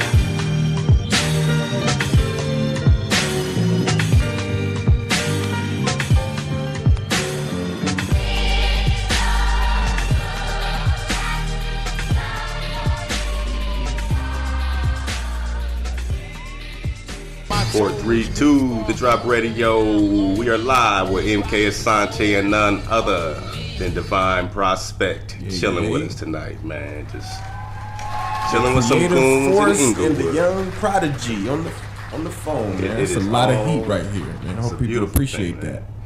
Yeah, you know, for those that are vibing to this Buck soundtrack, you know what I'm saying, you are hearing something historic. You are right there at ground zero in the middle of the movement. I mean, these kings on the line right now may not have known each other, you know what I'm saying, previously, but they are both instrumental in the same exact, you know what I'm saying, organism. You know what I mean? This same organic movement that's going on is attaching so many of us. We're literally waking up like Ezekiel, you know what I'm saying, Valley of the Dry Bones. Everybody's coming back to life, and it's like, what's my place in this organism? You know what I'm saying? Where can I, you know what I'm saying? So one day, you know, I'm going through my own, you know what I'm saying? King Drop's going through his own adversity, and then one of my guys puts me on to this video called Cosmic 432, and it starts breaking down some of the science, and then I started going into a little bit more about the 432 and then how that connects back to our ancestors, and then something just lit up. And it said, well, no one's ever combined that with our music, with our culture. No one's giving us our science back. We got to take our vibration back. We got to take it all back. You know what I'm saying? And the first thing we need to get over is fear. So, Brother Prospect, I wanted to get at you because, you know, I'm just going to throw it at you, you know, just underhand. You know what I'm saying? What is your concept of fear? What's your concept of being fearless? And how does that apply to our solutions? That's a great question, and one I wasn't prepared for, but I'll be more than happy to answer on the fly. In regards to fear, there are different levels of fear, but fear is anything that will hinder you from acting. And that could be due to being overly cautious. That could be due to being afraid that some impending injury or harm or damage will come upon you or upon somebody else. But the thing is that you can't have courage without fear. And that's something that I picked up a line from a movie. I forgot what movie I seen that on. But when I thought about it, it made sense. You know, that you cannot have one without the other. One cannot be defined without the other. So the only time that you can have courage is that when you're able to put aside that fear for the betterment of a bigger cause, it will propel you forward into the stratosphere of success, whether that may be in your home, whether that may be in your finances, whether that may be in your community. So fear is definitely a catalyst for change. And until you have fear, you won't have the courage to change. So you have to be able to fine-tune fear so that it works in your favor, because sometimes you need to be afraid enough so that way you can bounce back and respond to do something. And we can see what's going on across the country with our young black men in the community. People are afraid. Right. You know, they are afraid and they have fear of being attacked, that this could be my loved one, or young black men could say this could be me. So that fear has awoken the courage and the boldness inside of us to push past it for a greater good. So you can't have courage without fear. Straight up, peace, man. And brother MK, you know, with your book and being able to go inside of yourself and write about those, you know, moments, you know, that you might have been afraid of, you know what I'm saying, just to revisit, you know, how did you overcome that? And, you know, what's your plan to keep overcoming your fears, brother? Well, you know, when it comes to fear, you know, I dedicated the soundtrack of Buck. It's dedicated to my son, Wonderful Legacy Asante, who actually passed away during the recording of the soundtrack. Wonderful was born. He was born last year, and he was actually, Wonderful was the first time I'd actually seen a baby being born, you know, and I caught him when he was born. And then 3 days later, Wonderful, who had anencephaly, which is a neural tube defect, he passed away on my chest. You know, I was holding him on my chest. I had my shirt off, and his brain was against my chest. And it was the most profound, life-changing experience that I've ever had or been a part of. And there's a lot of things that happened as Wonderful was passing away and making his transition. But one of the things that Wonderful taught me a lot of different things only in a couple of days. One of the things he taught me was to absolutely, completely have no fear, and not even of death. And so Wonderful actually is part of the reason why, he's really the reason why I made the soundtrack. Like, I wouldn't have been able to do it without that level of fearlessness. Like, you know what I mean? Like, he really changed everything for me and was just like, okay, there's definitely nothing to be afraid of now. You know what I'm saying? Like after experiencing that, it's really like, that was like the pinnacle. You know what I mean? Like, there's nothing else that would ever make me afraid or fearful. So, yeah, so he taught me that, you know, and that's really my answer. No, I mean, you know, please accept. I mean, we're all over here floored, man. I mean, we can't imagine that particular lesson and going through that particular lesson, brother. So, please accept our love. Please accept that, yes. To you. Your family, man. I accept it, man. Thank you, man. And that's exactly the spirit that, that it should be offered in, is the spirit of love. For me, and for my family, it's not, I mean, even though there's obviously sadness to it, there's so many lessons in love and joy and education in that experience, so it's like our whole thing is about, spreading that light and love. And what did he teach, because none of us really know how long we're going to be here. So it's just like, while you're here, let's celebrate. Let's maximize the time. That's what Wonderful taught me too. Maximize the time. You know what I'm saying? So however long we're here, let's maximize it. Because some people are here for 50, 60 years, and, they don't really maximize it. Some people are here for, you see Pac still coming out with music. You know what I'm saying? So Tupac knew how to maximize his time. Oh, true indeed. And, in terms of, so you got the book, you got the soundtrack, you're getting that. I'm sure now, I mean, when it comes to rapping and seeing the just acceptance, that's going on, man, with your spirit. And this is what I believe, when you bring up Pac, it's a spiritual thing. Like when people try to compare Pac with Biggie and anything else, I'm like, yeah, lyrically we can, do all that, but spiritually I never felt nobody like I felt Pac. You know what I mean? Yeah. And when you wake up and you get over your fears and you start rapping, you got to understand the significance of that, because your spirit is now being poured into something that was a vast, lake of just desert. It's a desert lake in the music business of what we got to deal with today, man. Like, how do you overcome, man, that amount of negativity in the business when you start entering that type of game? Yeah, I think it's got surrounded. Oh, I'm sorry. No, go ahead, okay.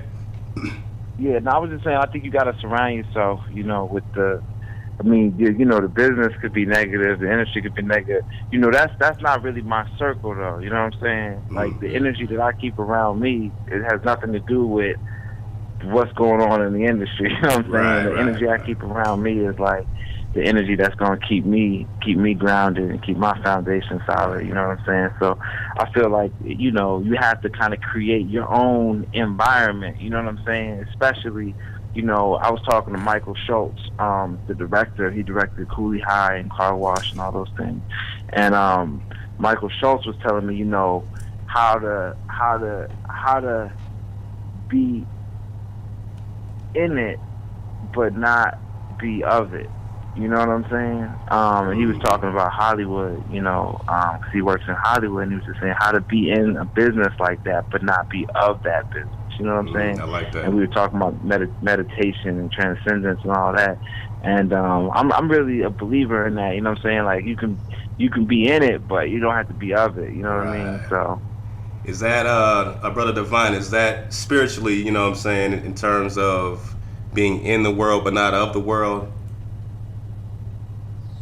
Yes, and my thing is that sometimes you may have to use the medium of the world to bring a message. The medium is something that is the status quo, that vibes with the current society. That could be movies. Sometimes that could be a documentary. It could be a conversation. So sometimes we have to make the message as impactful as the medium that we are utilizing to get the message out there. And, behind what MK Asante said, on top of what you guys are doing there at the drop in regards to fine-tuning that frequency, we're creating a distinct and unique platform where we can bring a much stronger message that will vibrate or resonate with the internal DNA that we possess as the melanated people here in America. So spiritually, we are giving this gift from our Creator, and the question is, what are you going to do with it? That movie Spider-Man that says with great power comes great responsibility. So individuals such as Tupac, even though he may have his ups and downs, he was human like the rest of us, but he was very impactful in regard to his political voice, his activism stance, and he used music as a medium to convey a very strong message based on the platform that was available to him at that time. So that's just something that we're trying to replicate ourselves, do something unique and distinct, and be able to take back this platform, make it ours, so that way we can create this counterculture for the next generation coming up. Beautiful thing, man. And look, we got a couple minutes to wrap up, but Divine, just right quick, when can we expect that documentary to drop, and just take us in on what's next? Yes, well, the documentary, I'm trying to drop that sometime this summer. So I have to make about 1 or 2 more visits to Baltimore to shoot some more footage, get some more, collect some more data, so that way we can aggregate it into the documentary. So you guys can be on the lookout for that sometime in the summer. Good thing that you put me on the line with MK Asante, because now I need to reach out to him and speak to him. We could do some work together. You know what I'm saying? You see I how it also works? have the app that's coming out that I mentioned earlier. That app should be out sometime in the fall. And that app will help us to better respond collectively and cohesively in the face of police terrorism. How we like to call it, police terrorism, what's happening in our communities. And you guys need to stay tuned. I have several more projects that's on hand. I have a couple of upcoming lectures that should be transpiring in the next couple of months. I'll have that posted on my Facebook page. People can reach me on Facebook. Just type in Divine Prospect, and I'll come up on Divine Prospect online. You just type my name in as well, Divine Prospect, or look up Kingdom Harbinger Ministries is the name of my organization. And also I'm on Instagram at Kingdom Moment. So on all 3 of these platforms, I'll have updated information on how you guys can reach us to see what we're doing. And if anybody wants, you could definitely support the documentary. If you need us to come to your city, let's say there's something that's occurring there and you want us to film it, or you want our organization to come and provide services, just feel free to hit me up, send a request, and we'll see what we can do. So hopefully on top of that, look forward to speaking to MK Asante sometime soon offline and see if we can build and do some work as well. Easy word. Word, that's what's up, man. Yeah, I'm in Baltimore now. I'm a professor here at Morgan State, so I'm definitely, familiar with this terrain, you know what I'm saying? Live from the flames of Baltimore. What you call this if you don't call it war? Tanks in my hood like black eyed peas, buzz cuts and Humvees, bluntly hunt me, cause I be the color of blunt leaves. Anyway, Run it back. MKAsante.com. The Buck soundtrack is out now. It just came out. You can download it for free, absolutely free of charge. MKAsante.com /music, or just go to my website. You'll see it. It's also on QualiClub.com, which is Quali's website, and you can get the book there too. Also, what else? We got videos dropping. Just hit this MK Asante on all social media. Just follow me, and you'll see a whole bunch of activity going on. We're on a tour right now, so we just you guys out in Cali, right? You guys based in Cali? Inglewood, Cali boys. Inglewood. Yo, MK. MK. You know what I'm saying? So yeah, I just was out there, and I'll be back out there. So I'm just all around. Just hit me up and follow and man, become a part of the movement. Don't start no cipher up, MK, man. You know what I'm saying? Don't act like you just didn't just bust a cold hot one up and then move on with your sentence. How you just gonna do that and move on like you didn't just do that? It never happened. That was an accident. This ninth wonder beat, man. That get on for the new Indie 500 album. So I've just been working on. I just bought your book too, man. I just jumped on Amazon and bought your book, so I'm looking forward to reading that book. I'm gonna definitely blast it on my page, man. Looking forward to supporting you. That's what's up. I appreciate it, man. Let me know what you think. I sure will. Hey, Divine, it's your turn, man. You got a hot 16, a hot 8? Not at the moment, but next time on the show, something up. Divine, this was your time, man. That was it. Hey, don't let the fear stop you, brother. There'll never be another moment, brother. Seize the moment. Seize, man. Love Kings. This is, man, a true treat for me personally. Big fans of both of these kings. You know what I'm saying? We are truly brothers, man. I mean, we are truly energetically related. All of us, man, through our melanin, through our spirits. Mm-hmm. So now we get to combine forces, you know what I mean, and just make some magic happen, man. This is a blessing, man. And Drop Nation, man, this has been a treat. Thank you guys so much, man, for staying up late for us tonight. Yeah, I appreciate y'all. Peace. Kings. That's how that go, man. That's how that go. You know, I'm personally filled. I'm filled right now. Spirit's filled. As it should be. Spirit is happy. You do not survive off the food alone, man. We just got fed right there. We got fed a nice, scrumptious plate. Kings to MK Asante, Kings to Divine Prospect. Staying up late, kicking it with these good old goons and Inglewood. Damn. Out here, man. You know, that soundtrack is crazy. It is, yeah. Download that joint. Yes, sir. Get that joint. We're gonna drop the whole album in our drop albums page on the site 432thedrop.com. So we'll drop that album up there. We also dropped this artist Kalani today. She's crazy already. Everybody kind of knows who she is, but if you ain't checked out Kalani Tsunami, check it out on the site. She has you know what I'm saying, just major depth, man. I think y'all would like that. We put it up in that 432, and we'll be dropping that album as well, man. Let's get back to the mix, man, and hopefully we get Donnie the Sports Guy to come chime in on that Deflate Gate.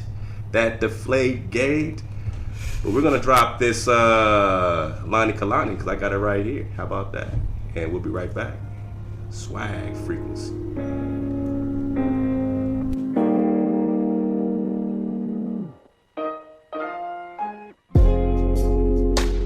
Little girl, watching her reflection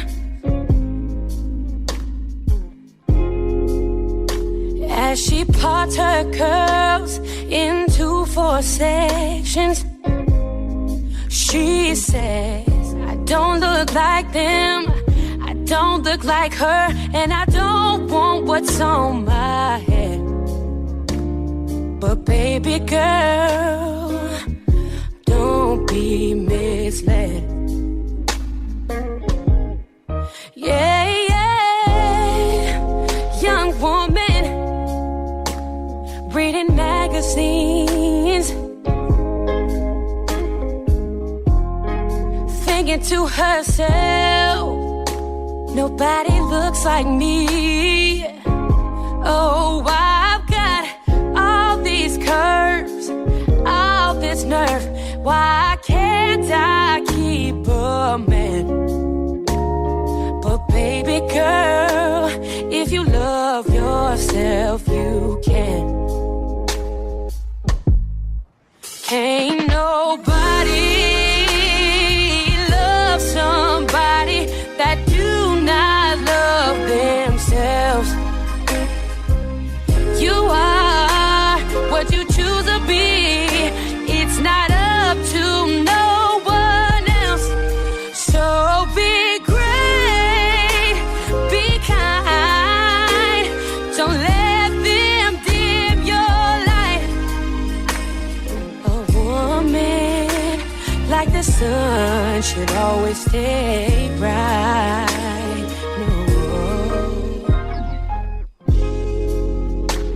Little boy sitting in the bleachers,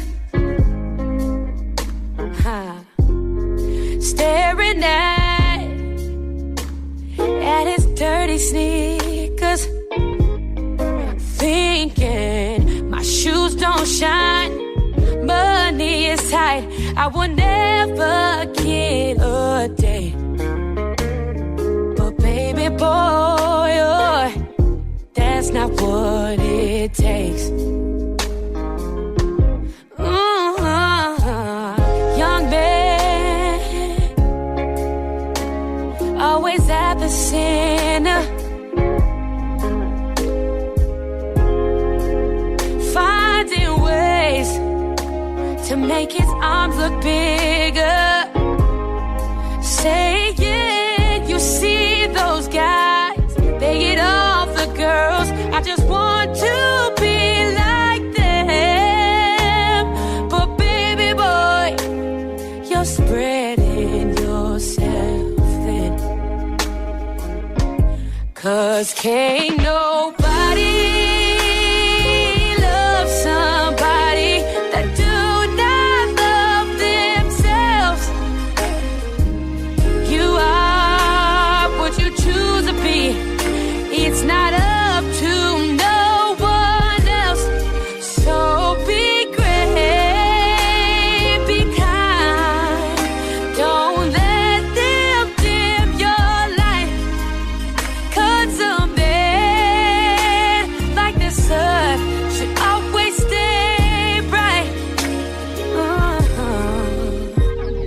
Yes, you are like the sun, so always stay bright.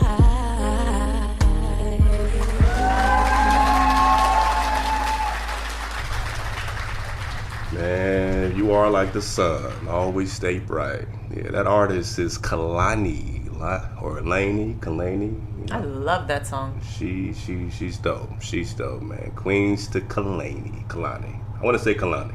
I'm feeling Kalani. Kalani's Key lime pie. It sure sounds good. I want some. What? No. All right. Okay, I took a U-turn on that. You guys. Have you had the mango key lime cheesesteak from Cheesecake Factory? Here we go. I think I might have experienced that. Delicious. I love cheesecake. See, now y'all got me going on that. See? See what happens?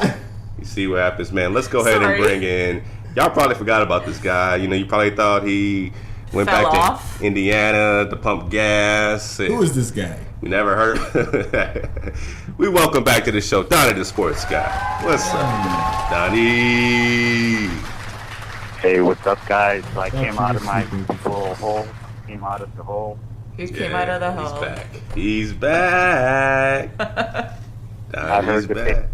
I heard the Patriots finally got off with their pants down and they got punished, so I came out of my hole. I'm about to say, only one story will break Donnie back out of his shell, and that's if something bad happened to the Patriots, man. I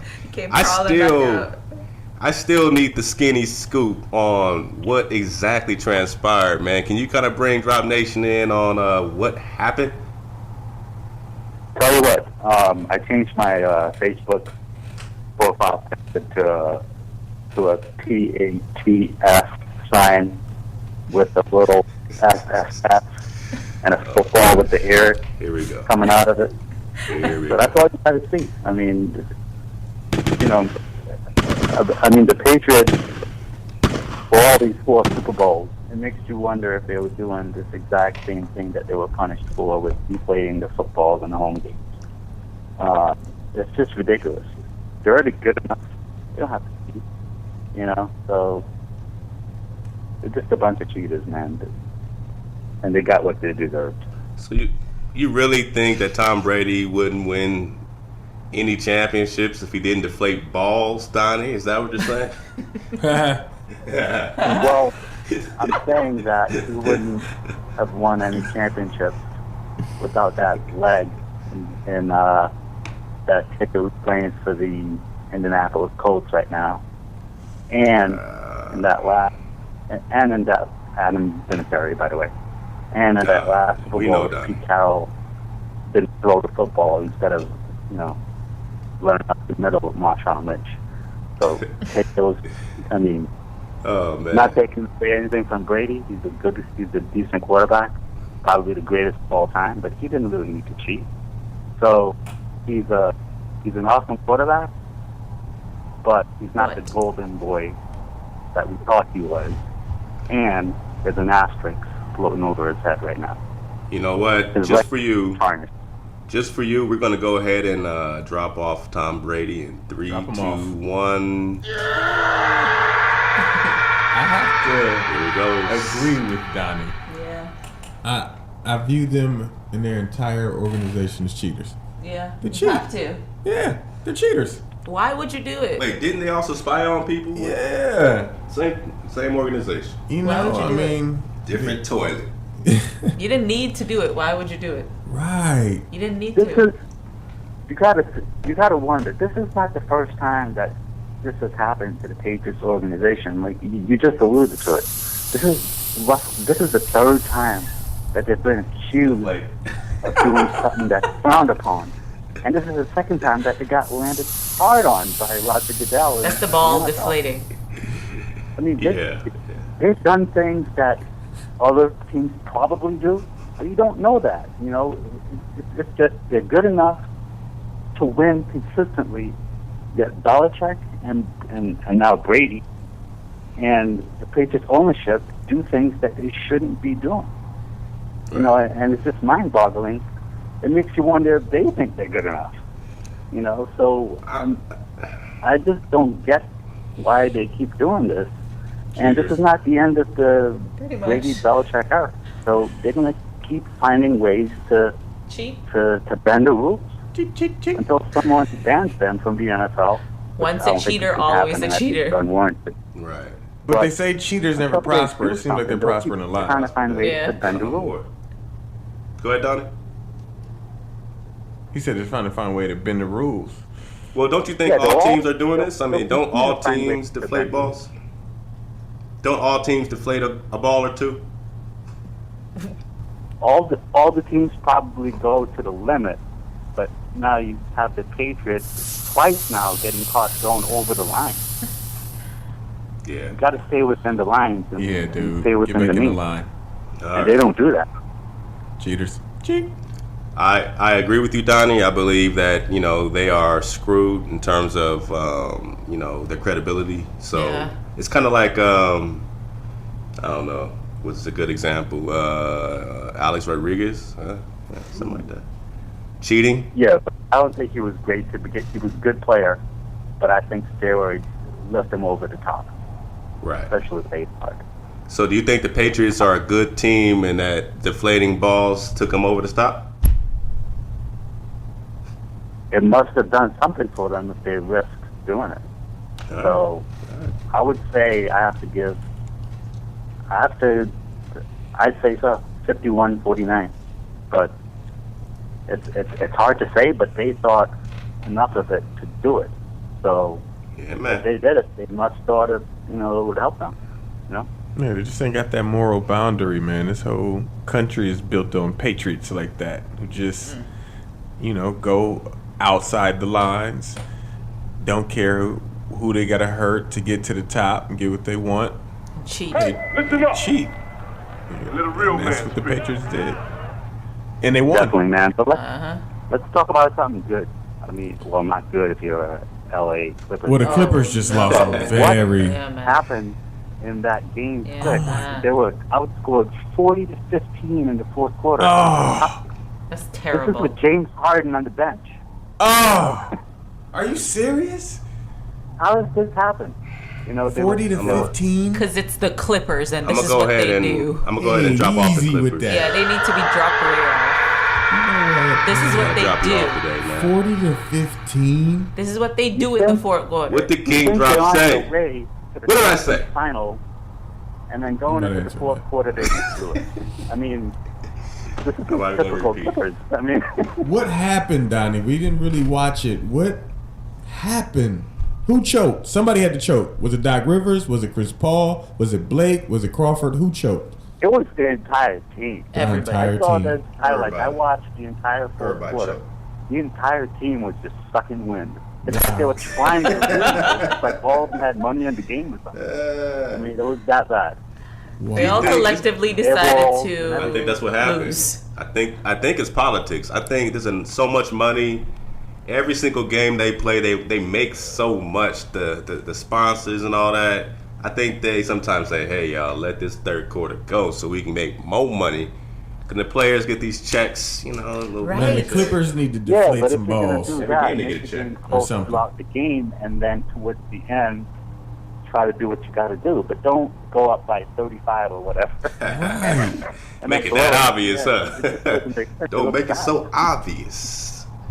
Yeah, man. I don't take it back. I did say every time and everybody. I said it once and I said it twice. The Clippers will never win an NBA championship. I'm starting to side with you on that one. Yeah, me too. Okay. Look, man, Me too. it's Yeah. who they are. It's looking like that. And I like this team. I like the team. I love LA. I'm from here. Bleed purple and gold, man. fall This is what I apart. do. Let me tell you though, I've been watching these guys for a long time. It don't matter who they got, and I ain't hating on nobody. And if they win, I'm the first one to jump up and be happy about that. But I'm telling you, man, they ain't never gonna win. And everybody mad at me. Look, are they Everybody cursed? mad at me. Is it a curse thing? Do they need to get out of LA and go to Seattle? This what happened. Talk to me. And this happened way back, man. I'm talking about back with I'm talking about Lamar Odom Clippers. Oh, okay. All right. King L.O., he was partying hella hard one night. Yeah. Hooked up with the wrong lady, dog.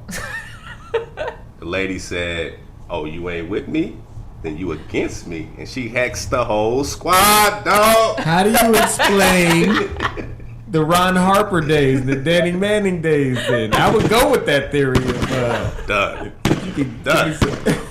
It's done. It's proved. It's done. It's irrefutable. Dang. That's primary evidence. Lamar. I just gave you nothing but primaries. Should put a hikes on it. Why they would never win a championship? Nothing but well, that's true because you don't hear. I ain't nobody. King Drop ain't nobody. He seems pretty. His life kind of fell apart. Yeah, you don't hear about him at all. Trying to tell you. That's pretty much. Witches exist. Accurate. Spells and downs and all that stuff. Donnie, what's gonna happen in Game 7, man? Oh, I forgot Donnie was here. What's up, Donnie? Well, it's gonna be who's got home court advantage. I don't really remember. I know. I can tell you, the Clippers had it, but they just gave it to the Rockets. Yeah. Yeah, the Rockets. So I got to give it to the home team. If Houston's at home in Game 7, they have momentum on their side with that huge fourth quarter. I got to give it to the Rockets if they're at home. I mean, but in the end, I like Golden State to come out of the West, though, obviously. They were down 2-1 in that Memphis series, but they stormed it back, and now they're about to close it out soon. So I like the Warriors over the Cavs in that finals. Ooh. And so the Warriors will be crowned champion at the end of all this. It's looking real good for that too. I mean, the Cleveland Cavaliers have fallen apart, man down. Kyrie went down tonight. We know that the Wolverine already went down. What's his name? What's the dude's name? Kevin Love. Yeah. So it's just LeBron over there. I think he could get past Atlanta, possibly. But it looks good for Golden State. Yeah, they can definitely get over either Atlanta or Washington. Right.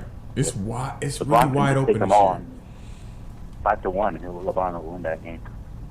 Yep. I can see that. All right, Donnie, the sports guy. You got anything to leave Drop Nation? Anything you're betting on? You got your hands a little sticky? Yeah, just a continuation from a few months back. I mean, I told you the Rangers were going to win the Cup, and they were a little bit down at that point. They stormed their way back. At that point, it was like 25-1, and look where they're at now. They're in the Eastern Conference Final, and they're just one series away from getting that Stanley Cup. That'll be huge. And the only teams who could beat them was the Kings and the Bruins, and they're both out. So it's going to be theirs for the taking. You have some Rangers fans that have been waiting their whole life for this. So, I'm rooting for these guys. I'm rooting for them, man. We'll see what happens. Yeah, but you have a local team in the Anaheim Ducks. You probably have to root for if you're an LA fan. See, I don't like being forced based on location, to root for people near me. But I do like the Rangers. I think I'm going to become, as my first hockey team or my second hockey team. I got to roll with the Kings. But then I'm going to roll with the Rangers right after that. I'm going with the Rangers. Will y'all accept me into your Ranger family? Can I join the squad? Yeah, of course. All right, cool, man. The Blood Blue Shirts, man, they're finally doing good. They haven't won anything since 1994. And I remember I remember being in New York at that point in time. Yeah. The city was just, everybody was excited. And then they went through that stretch in the mid-'90s and the early 2000s where they would just sucking wind every season. You would have an all-star lineup, and then they would collapse, similar to what happened with the LA Clippers recently. Picture that every season. But they finally came out of the shell and drafted a great goalie in Henrik Lundqvist, and ever since they had him on the team, they've been competitive every year. And now this is the fourth, maybe 3 out of 4 years they've been in the conference finals. So he certainly made them a contender, and he'll do some damage in the Stanley Cup if they make it. They have to play Tampa Bay. Yeah, man, that's my new sport. Team. But with Henrik Lundqvist, they got a shot. All right, cool, man. Hockey is my new sport, Donnie. Me and you, man. I want to get my teeth busted out and everything, man. Let's go play some hockey, man. Everybody, man. Always good to get Donnie back in the mix. He's not running. He's not hiding. Yankees, are not just pressing him too much. No Alex Rodriguez rants. We're doing pretty good, man. No, just other than the fact that he's a shame to the game. Man, he's the best player on the team. Blemish on a scar. It's going to turn into a scar if the Yankees don't do something soon to get rid of him. Yeah, man. The fans don't like him. The players don't like him. They can't do it. Every time you see him come up to the plate, he gets booed like nobody's business. They just don't want him. I don't know. He's been hitting some home runs lately. He's been hitting some bombs. He's been saving the day. He's been doing curtain calls. I don't know what games you're watching at. He's taking over the Bronx Zoo again. He's taking over the Bronx Zoo. He's back. A-Rod's back. Yeah, those are some Pink Hat fans. I tell you, whoever cheers for him don't know baseball. Don't know what it means to be clean. Even Jorge Posada, the former Yankee catcher, came out and said Roger Clemens and Alex Rodriguez are not Hall of Fame worthy. He came out and said that in an interview with I think it was the Daily News. I mean, he came out and said it. They're not going into the Hall of Fame, and he doesn't want them in the Hall of Fame. Yeah. So a former player, a Yankees player, validated that. He's just hating on A-Rod. Use steroids, essentially. That's what he's essentially saying. He just doing a little hate. If A-Rod wins a championship, man, America forgives winners. Yep. So all of that can be fixed if he starts to win. And he's doing well. He's starting off right. We'll see, man. We're always rooting against Donnie. I don't know why, but it's just what happens. You know what? If that's what it takes to forget about A-Rod as a Yankee fan, then you're out if that's the rationale that's a definite for supporting A-Rod. Oh, man. Well, thanks a lot, Donnie. We appreciate you, man. Thanks for staying up late for us, man. And don't be a stranger. We always appreciate the sports drop. No doubt, Donnie. All right. Thanks, guys. All right,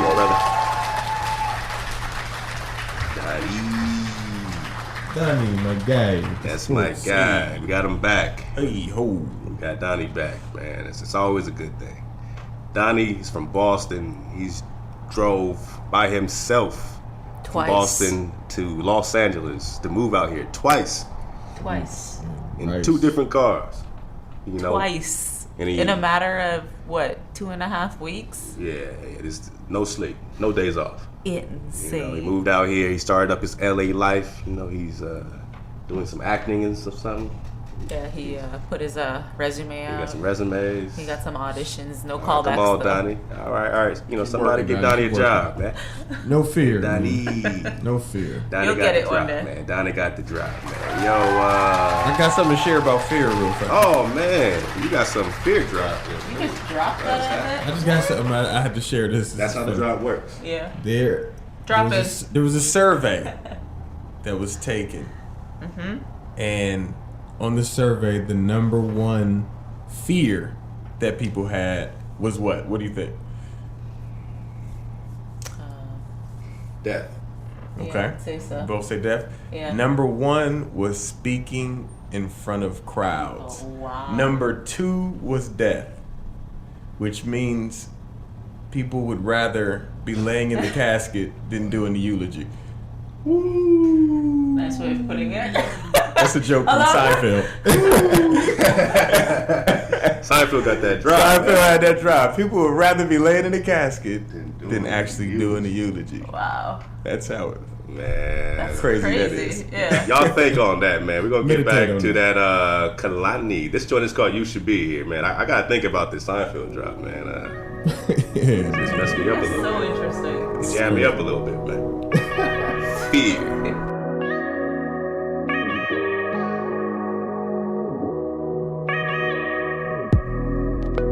I'm looking right at you, but you're not there. I'm seeing right past you, but you seem well aware. Your body is here, but your mind is somewhere else. so far gone, and you think I can't tell. Can't tell that you are disconnected. You pulled away and I miss your presence. I always said to you, baby, you should be here, right here, baby. You should be here, right here. Don't know where you went, but you're lost now. Don't know where you went, but you're gone now. Don't know where you went, but you're lost now. Don't know where you went, but you're gone now. Head on your chest, babe, but your heart is so quiet. We used to talk all night long. Now we laying in silence. Your arms around me, but your soul is somewhere else. Gone so long, and I know you so well. You are everything that I ever dreamed of, and hope that love had a happy ending. Oh, baby, you should be here, right here, baby. You should be here, right here, right here, right here. Don't know where you went, but you're lost now. Don't know where you went, but you're gone now. Don't know where you went, but you're lost now. Don't know where you went, but you're gone now. You should be here, right here.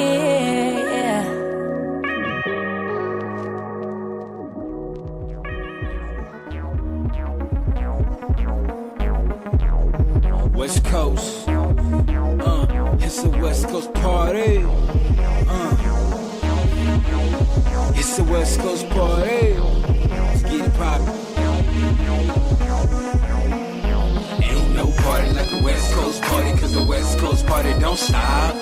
Cause all my niggas, all these bitches in here, know the party don't stop. Everybody get turned, everybody feeling right. Everybody get turned, know the party don't stop. Everybody get turned, everybody feeling right. Everybody get turned, know the party don't stop. I said bottle at the bottle, cup at the cup. Everybody turn, nigga, we don't give a fuck. All day, all night, we be on one. And you know the party don't stop till the police come. And when they gone, we be at it again. It's turned up, yeah, it's cracking again. Blow a sack with my friend, now you ain't know the gangsta party is back. What you got in your cup, mix that Bacardi with that. Two-step and smell the trees in the air. Hands in the air like I just don't care. Fly bitches over there, fresh nigga over there. We up all night, nigga, hell yeah. West Coast, baby, best smoke, baby. We got the music on blast, here we going crazy. Up in the city, yeah, this how we get down. Everybody turned up, we ain't never turned down. Damn, ain't no party like a West Coast party, cause the West Coast party don't stop. Cause all my niggas, all these bitches in here, know the party don't stop. Everybody get turned, everybody feeling right. Everybody get turned, know the party don't stop. Everybody get turned, everybody feeling right. Everybody get turned, know the party don't stop. Look, and with the party got an info. I'm just a young nigga chillin' with my kinfolk. Where you from? Throw it up, yeah, throw it up. It don't matter where you from, nigga, throw it up. Everybody pulling up.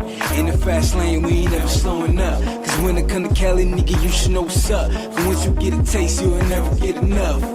Got a party till the sun come up. Niggas acting crazy, you might get snuffed. But it's all good, cause the party's still going. The drinks still coming and the weed still blowing. West Coast, baby, best smoke, baby. We got the music on blast, here we going crazy. Up in the city, yeah, this how we get down. Everybody turned up, we ain't never turned down. Damn, ain't no party like a West Coast party, cause the West Coast party don't stop.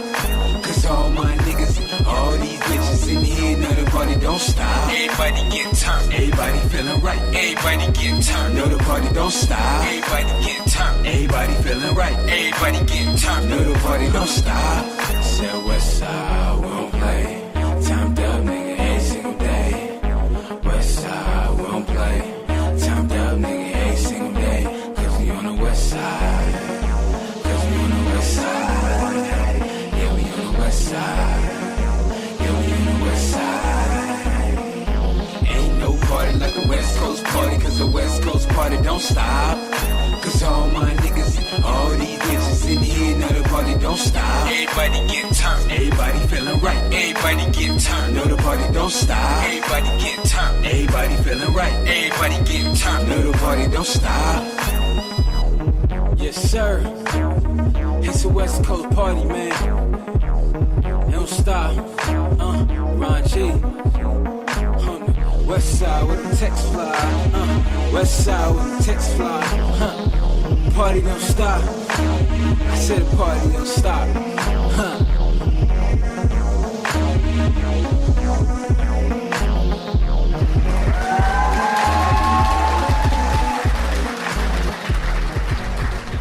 432 The Drive Radio. That was a little bit of that Don't Stop by West Coast Phenom, the homie, the Inglewood native conglomerate, comrade, Ron G, man. Hit us up, Ron G. We definitely want to get Ron G on. You know what I'm saying? Last time we were supposed to have the homie Ron G. We had some Skype issues, so, you know, we're running a little late, but good brother, definitely get at us if you are around. If not, we'll get you next time, man. But yeah, we were looking at this footage Kenny was bringing up on this Kanye. It's like an anti-smile campaign going on. Yeah, man. What's good with that? I don't understand it. But apparently, there's a video of him, and there's multiple videos of him laughing, then switching his face right away in a split half second. He just goes from smiling real tough to just going blank stare. That's it. So he goes from sunshine to moon. I don't even know what you call it. Sunshine moon. But it's not normal. What was he saying about it? He's saying that basically he doesn't smile because smiling, it just doesn't make sense. It just doesn't make sense. To not smile means he's smiling to him. Okay, so the brother is breaking down. He's saying not smiling is the equivalency of smiling in his conahedron. Yeah. In his mental state. That makes absolutely no sense. He's going way too deep into it. That's too deep. It's either you're smiling or you don't. Is this a publicity thing? Is he, trying to get more attention? I think it's deeper than that, man. I think it's deeper than rap. He has some deeper issues. than that? He has some issues. I need to Kanye go ahead and call us and explain this, brother, because that sounds. It's confusing. That's what it is. Yeah, he's either gonna call in and be like, "Yeah, man, you know what I'm saying? I just feel like smiling is overrated. We should start an anti-smile campaign." And what is that gonna do, Kanye? And my lady Kardashian, you know what I'm saying, said she does should it look too. younger. She does it too. Every time she don't smile, she gets younger. Because she doesn't want to get wrinkles on her face, so she doesn't smile. That's the reason why she doesn't smile. Is that what she really said? She said that in an interview. Damn, so man. they deserve each other. I think this is deeper. Whatever higher thing they're going on, that they deserve each other for that. Yeah. If it's deeper, I want to know. I wonder what they do when their daughter smiles. They probably reprimand her and tell her, "What are you doing, little girl? Go to your room. Go smile." Let me You would not be see homeschooled in the home anymore. Yeah, man. That's terrible. Smiling. I think it's an anti-smile propaganda. I think he's trying to get in people's psyche, man. Get them to stop smiling, man. Like, don't be so happy right now. These are perilous times. We need to be focused and we need to I don't know. Meme going. Okay, now if we want to go that direction, we could create something that lines up there. Like, there are things in the scriptures in the Ecclesiastes that talk about there is a time for everything. There's a time to be happy. There's a time to be sad. There's a time to smile. There's a time to frown. So if you want to add something like that, like, the time that we're in. I would love if Yeezy dropped that. I'd hella dope. If Now he that- said, look, man, it's a time to smile. Right. But when you show the footage of him at a He's game. laughing with Scottie Pippen talking about who knows what, just laughing. Big smile. All the pearly whites are being shown. And all of a sudden, he realizes someone's filming him. The minute he sees that camera, his face switches. Right away into that hard exterior that he wants people to, think he is. But he's probably so sensitive. Kanye might go off on us if we ain't careful. Yeah, he probably just jump him, drop drop world right. Passionate dude, man. I like him though. I think he's crazy. I like his passion as long as it's, productive, man. When it becomes unproductive, it's like it gets real annoying real quick. Yeah, is there a meaning attached to it? I mean, it might not be. It might just be him doing him, man. Like he's just like I don't want to smile, and I want to create a no smile zone.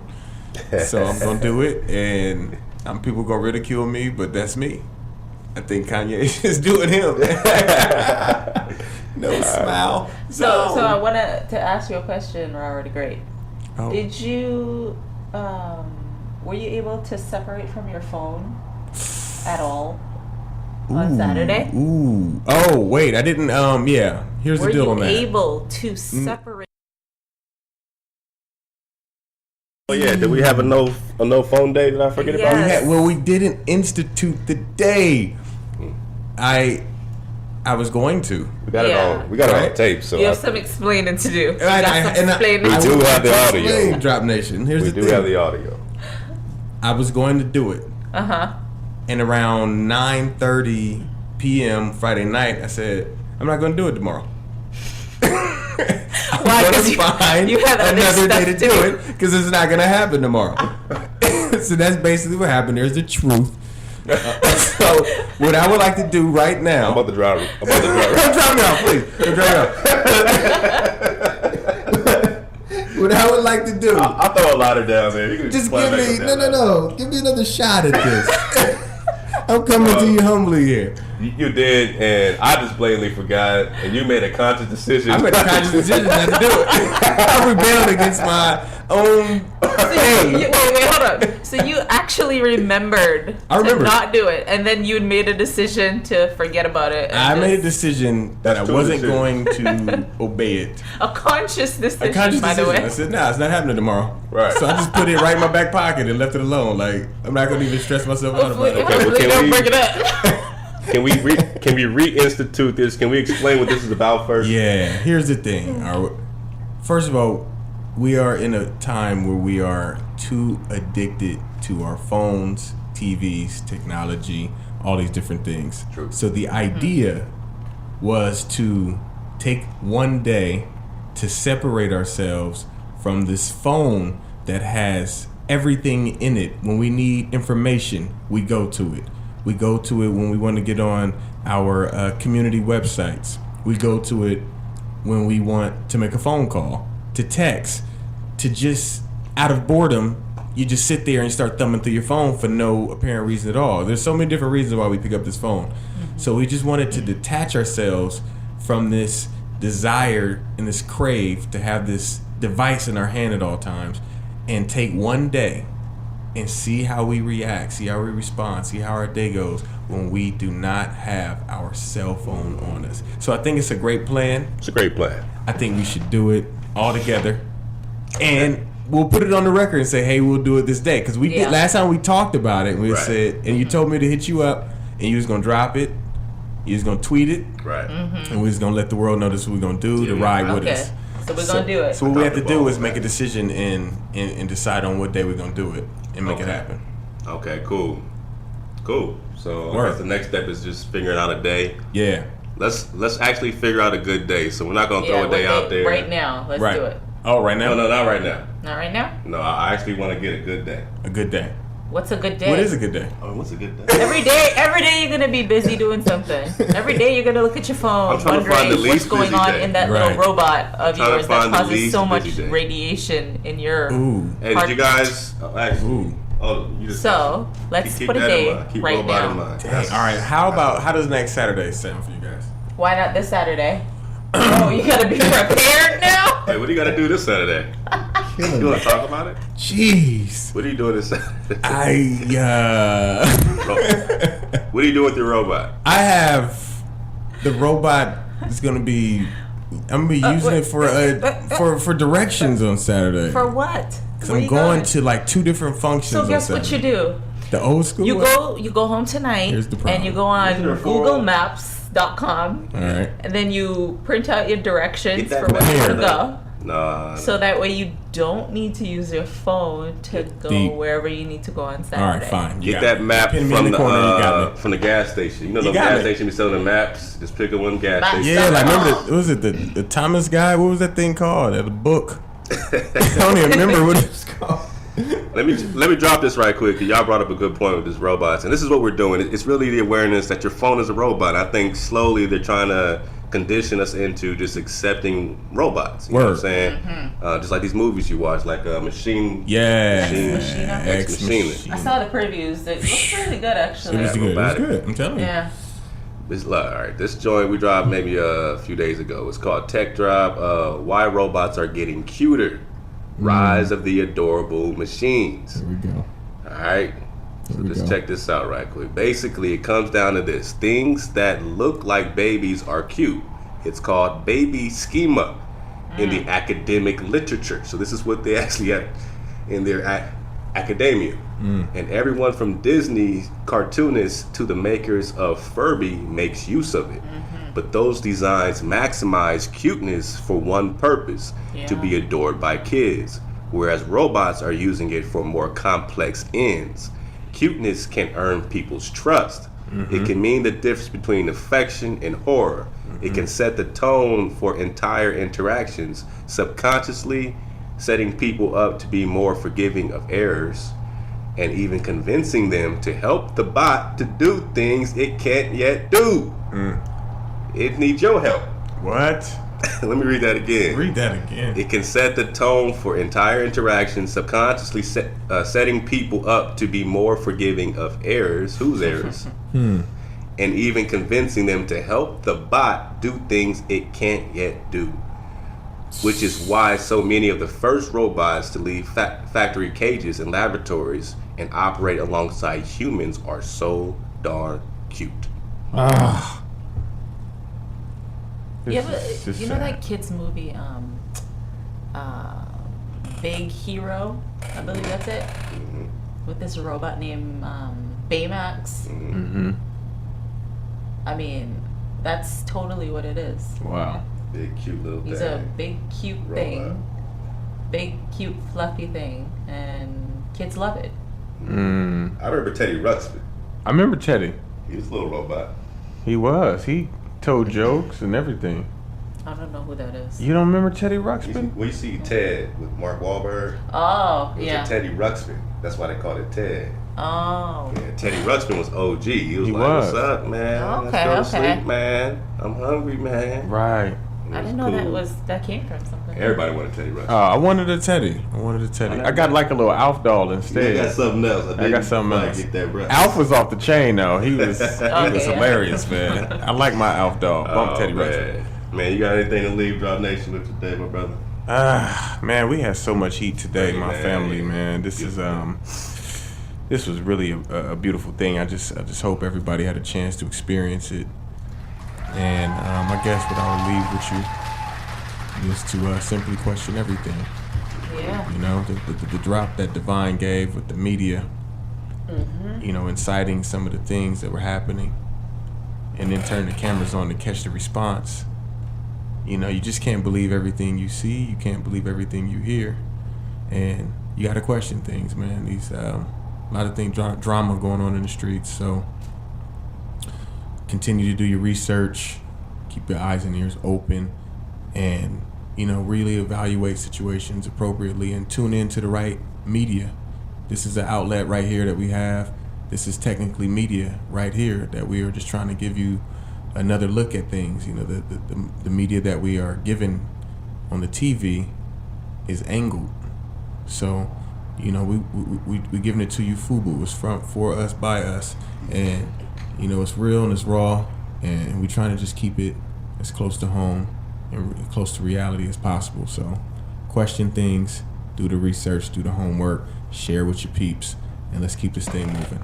And that was mad interesting, man, and very profound. I appreciate that, man, because when Divine was talking about the media and how they just play these games front and center, like inciting things, telling people like, y'all gonna take that, y'all gonna do that, trying to get action so that they can get higher positions and get people excited back in their studio. You know what I'm saying? They're trying to get their producers excited. If you ever watched that, what's that show with the news media? Newsroom? Newsroom, yeah. Newsroom. Great show. Yeah, it breaks down the behind the scenes, but they're trying to be more, have more integrity, but most people, don't have that. And what they're finding out with some of these live raw footages of CNN folks and other folks is that, they're not being accepted very well in the community right now. People are starting to see like certain media is coming with something behind it. So when Divine was saying that they're doing this on purpose, and I'm like, well, we clearly know, anybody who's conscious knows that the media is controlled by big government, big business. So that's what's in. If it's a bigger picture, you're like, what's inciting this thing? What's bringing us closer to having boots on the ground, a civil unrest? And you see how the media is inciting it. You see how they're being used to incite a bigger picture. How they're being used to drive us, make sure we go over the top, make sure we know the cameras are watching, make sure that, they get the people that want to be famous. You know what I'm saying? And they start stuff and get stuff popping. And who does it benefit? Well, it benefits the bigger picture, which is that, look it up and look out for it. Jade Helm 15. Jade Helm HELM 15, and you'll understand that this is a well publicized, organized exercise that's going to go down on July 15th to September 15th, and it's going to take 10 states, and it's a military operation going from California to Texas. They got states in the red zone, states in the blue zone, but we never had a 2-month, even a week-long drill at this capacity where we're going to see tanks and, all factions of the military, UN, foreign military taking up our streets for 2 months while all this tension's going down. And then we got the media inside and things and other things. It just seems like a very tense time. So when we say choose up, get your vibration right, get your emergency plans, start preparing, seeing what's going on, research this stuff, and that's all we can say. It's not like we have some type of inside scoop, but we can damn sure make sure you guys are aware of what's going on and, share some drop with you, man. Candy, you got some drop you want to drop on, along the same lines, just be realistic about your reality, the community's reality, because the phrase snatch and grab is realistic. You don't see it on CNN, you don't see it on MSNBC, you see it in the live stream. You see it from these phones that these protesters are out there. They're out there, and these things happen, and you see it. And you have to be realistic about what you're viewing, about what's taken place, and find a solution to it. You have to. Right. We're That's gonna all I find can say about it. And that's what we are all coming together with and saying, share your drops so I can add this to my solution. I can share something that might help you with your solution. We need solutions and we need them quick. We don't need to be separating on this and that. Right, we are at war right now. We'll figure out all the other stuff later. Right. Right now, there's war on all of us. Yeah, man. So let's figure out our differences later, man. Let's get over this first hump. It's going to be a hard one, and we need to stay focused. So, keep tuning in. We appreciate everybody out there. Keep hitting us up on Twitter and Facebook at 432 The Drop. Definitely, check out Rah the Great on Facebook. Yes, sir. Facebook. Check out the website, rahrahthegreat.com, chesstutors.org. Yep, follow on Facebook. Yes. And we're going to keep it moving and keep it smashing for you guys. So, we always appreciate being here with y'all, hanging out with everybody. Round of applause for Drop Nation. Yeah. Everybody. And no phone day. No phone? Is it? So Saturday is going down? It has been institutionalized. All right. I don't want to be. No phone zone. The gavel is on. Saturday.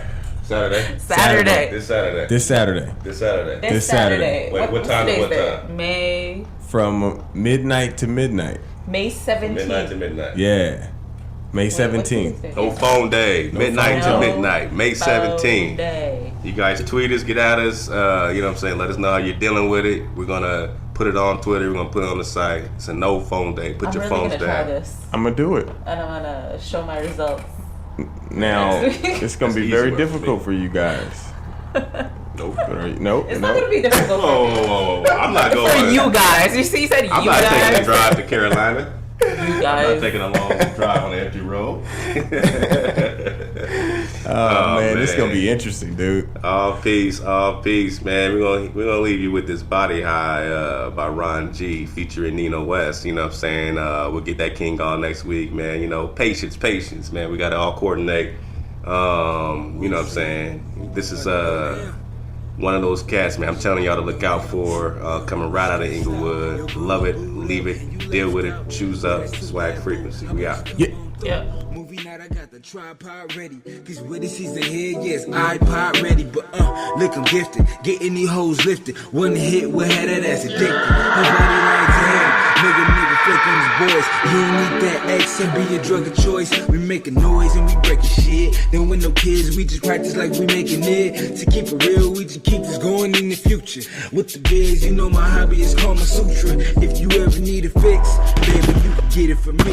Health free too, so I gave it vitamin D on me. If we ever take a break, we can recap. Don't try to run away, I guarantee you relapse. Girl, I'll be the drug. I'll be the drug. To get your body high. I'ma give her that. Body high, body high, body high, body high. Girl, I'll be the drug.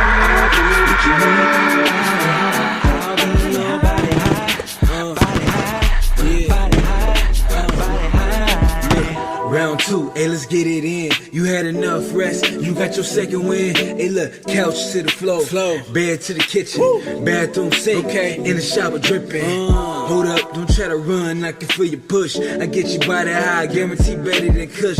Similar to a simile, what that ass like? And proceed to some action, you heard right. And now I wanna have to kick you to the curb, right? Pimp fluid in my veins, hit a boy ice. But forget all that, I'm tryna hit all that. I'm like a new drug, is you tryna get on that? Now is you with all that? I ain't with the games, baby, I can fit all back.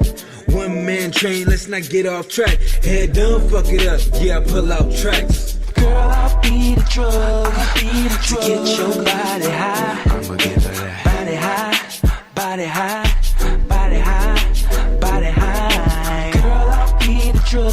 I'll be the if drug. You need that body high, I'll be your body high, body high, body high, body high.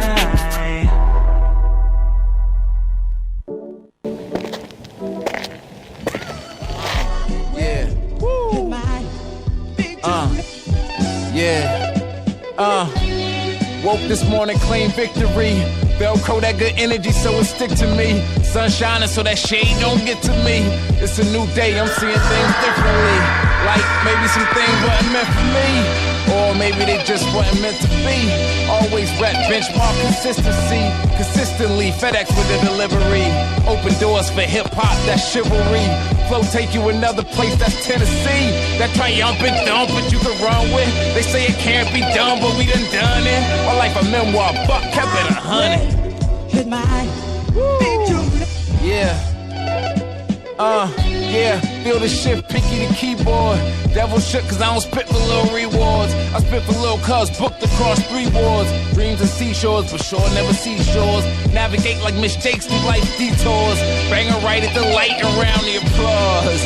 Thank you, far too kind. Man, they can't see us winning, far too blind. Beams of light still peeking through faulty blinds. My Philly balls really sharper than porcupines. So what's up? We try to find a cookout. Look out, young bucks get took out on that crook route. Got bad jaws full of my good book out. Yeah, I gotta bring out a special guest, a very, very special guest. I recorded this at her feet in her home in Winston-Salem, North Carolina. My auntie, your auntie, Auntie Maya. Young women, young men of color, we add our voices to the voices of your ancestors who speak to you over ancient seas and across impossible mountaintops. You know, she taught me to, when you get, give, and when you learn, teach. Come up from the gloom of national neglect. You have already been paid for. Come out of the shadow of irrational prejudices. You owe no racial debt to history.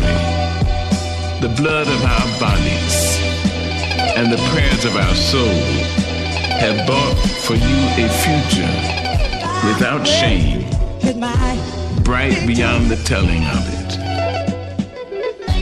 She told me that I'm a human being, therefore nothing is alien to me. Fear nothing. You are the best we have.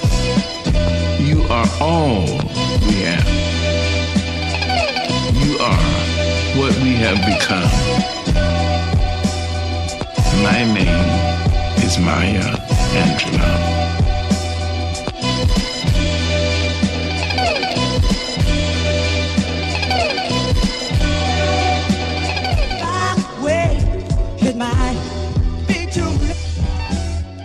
You can't believe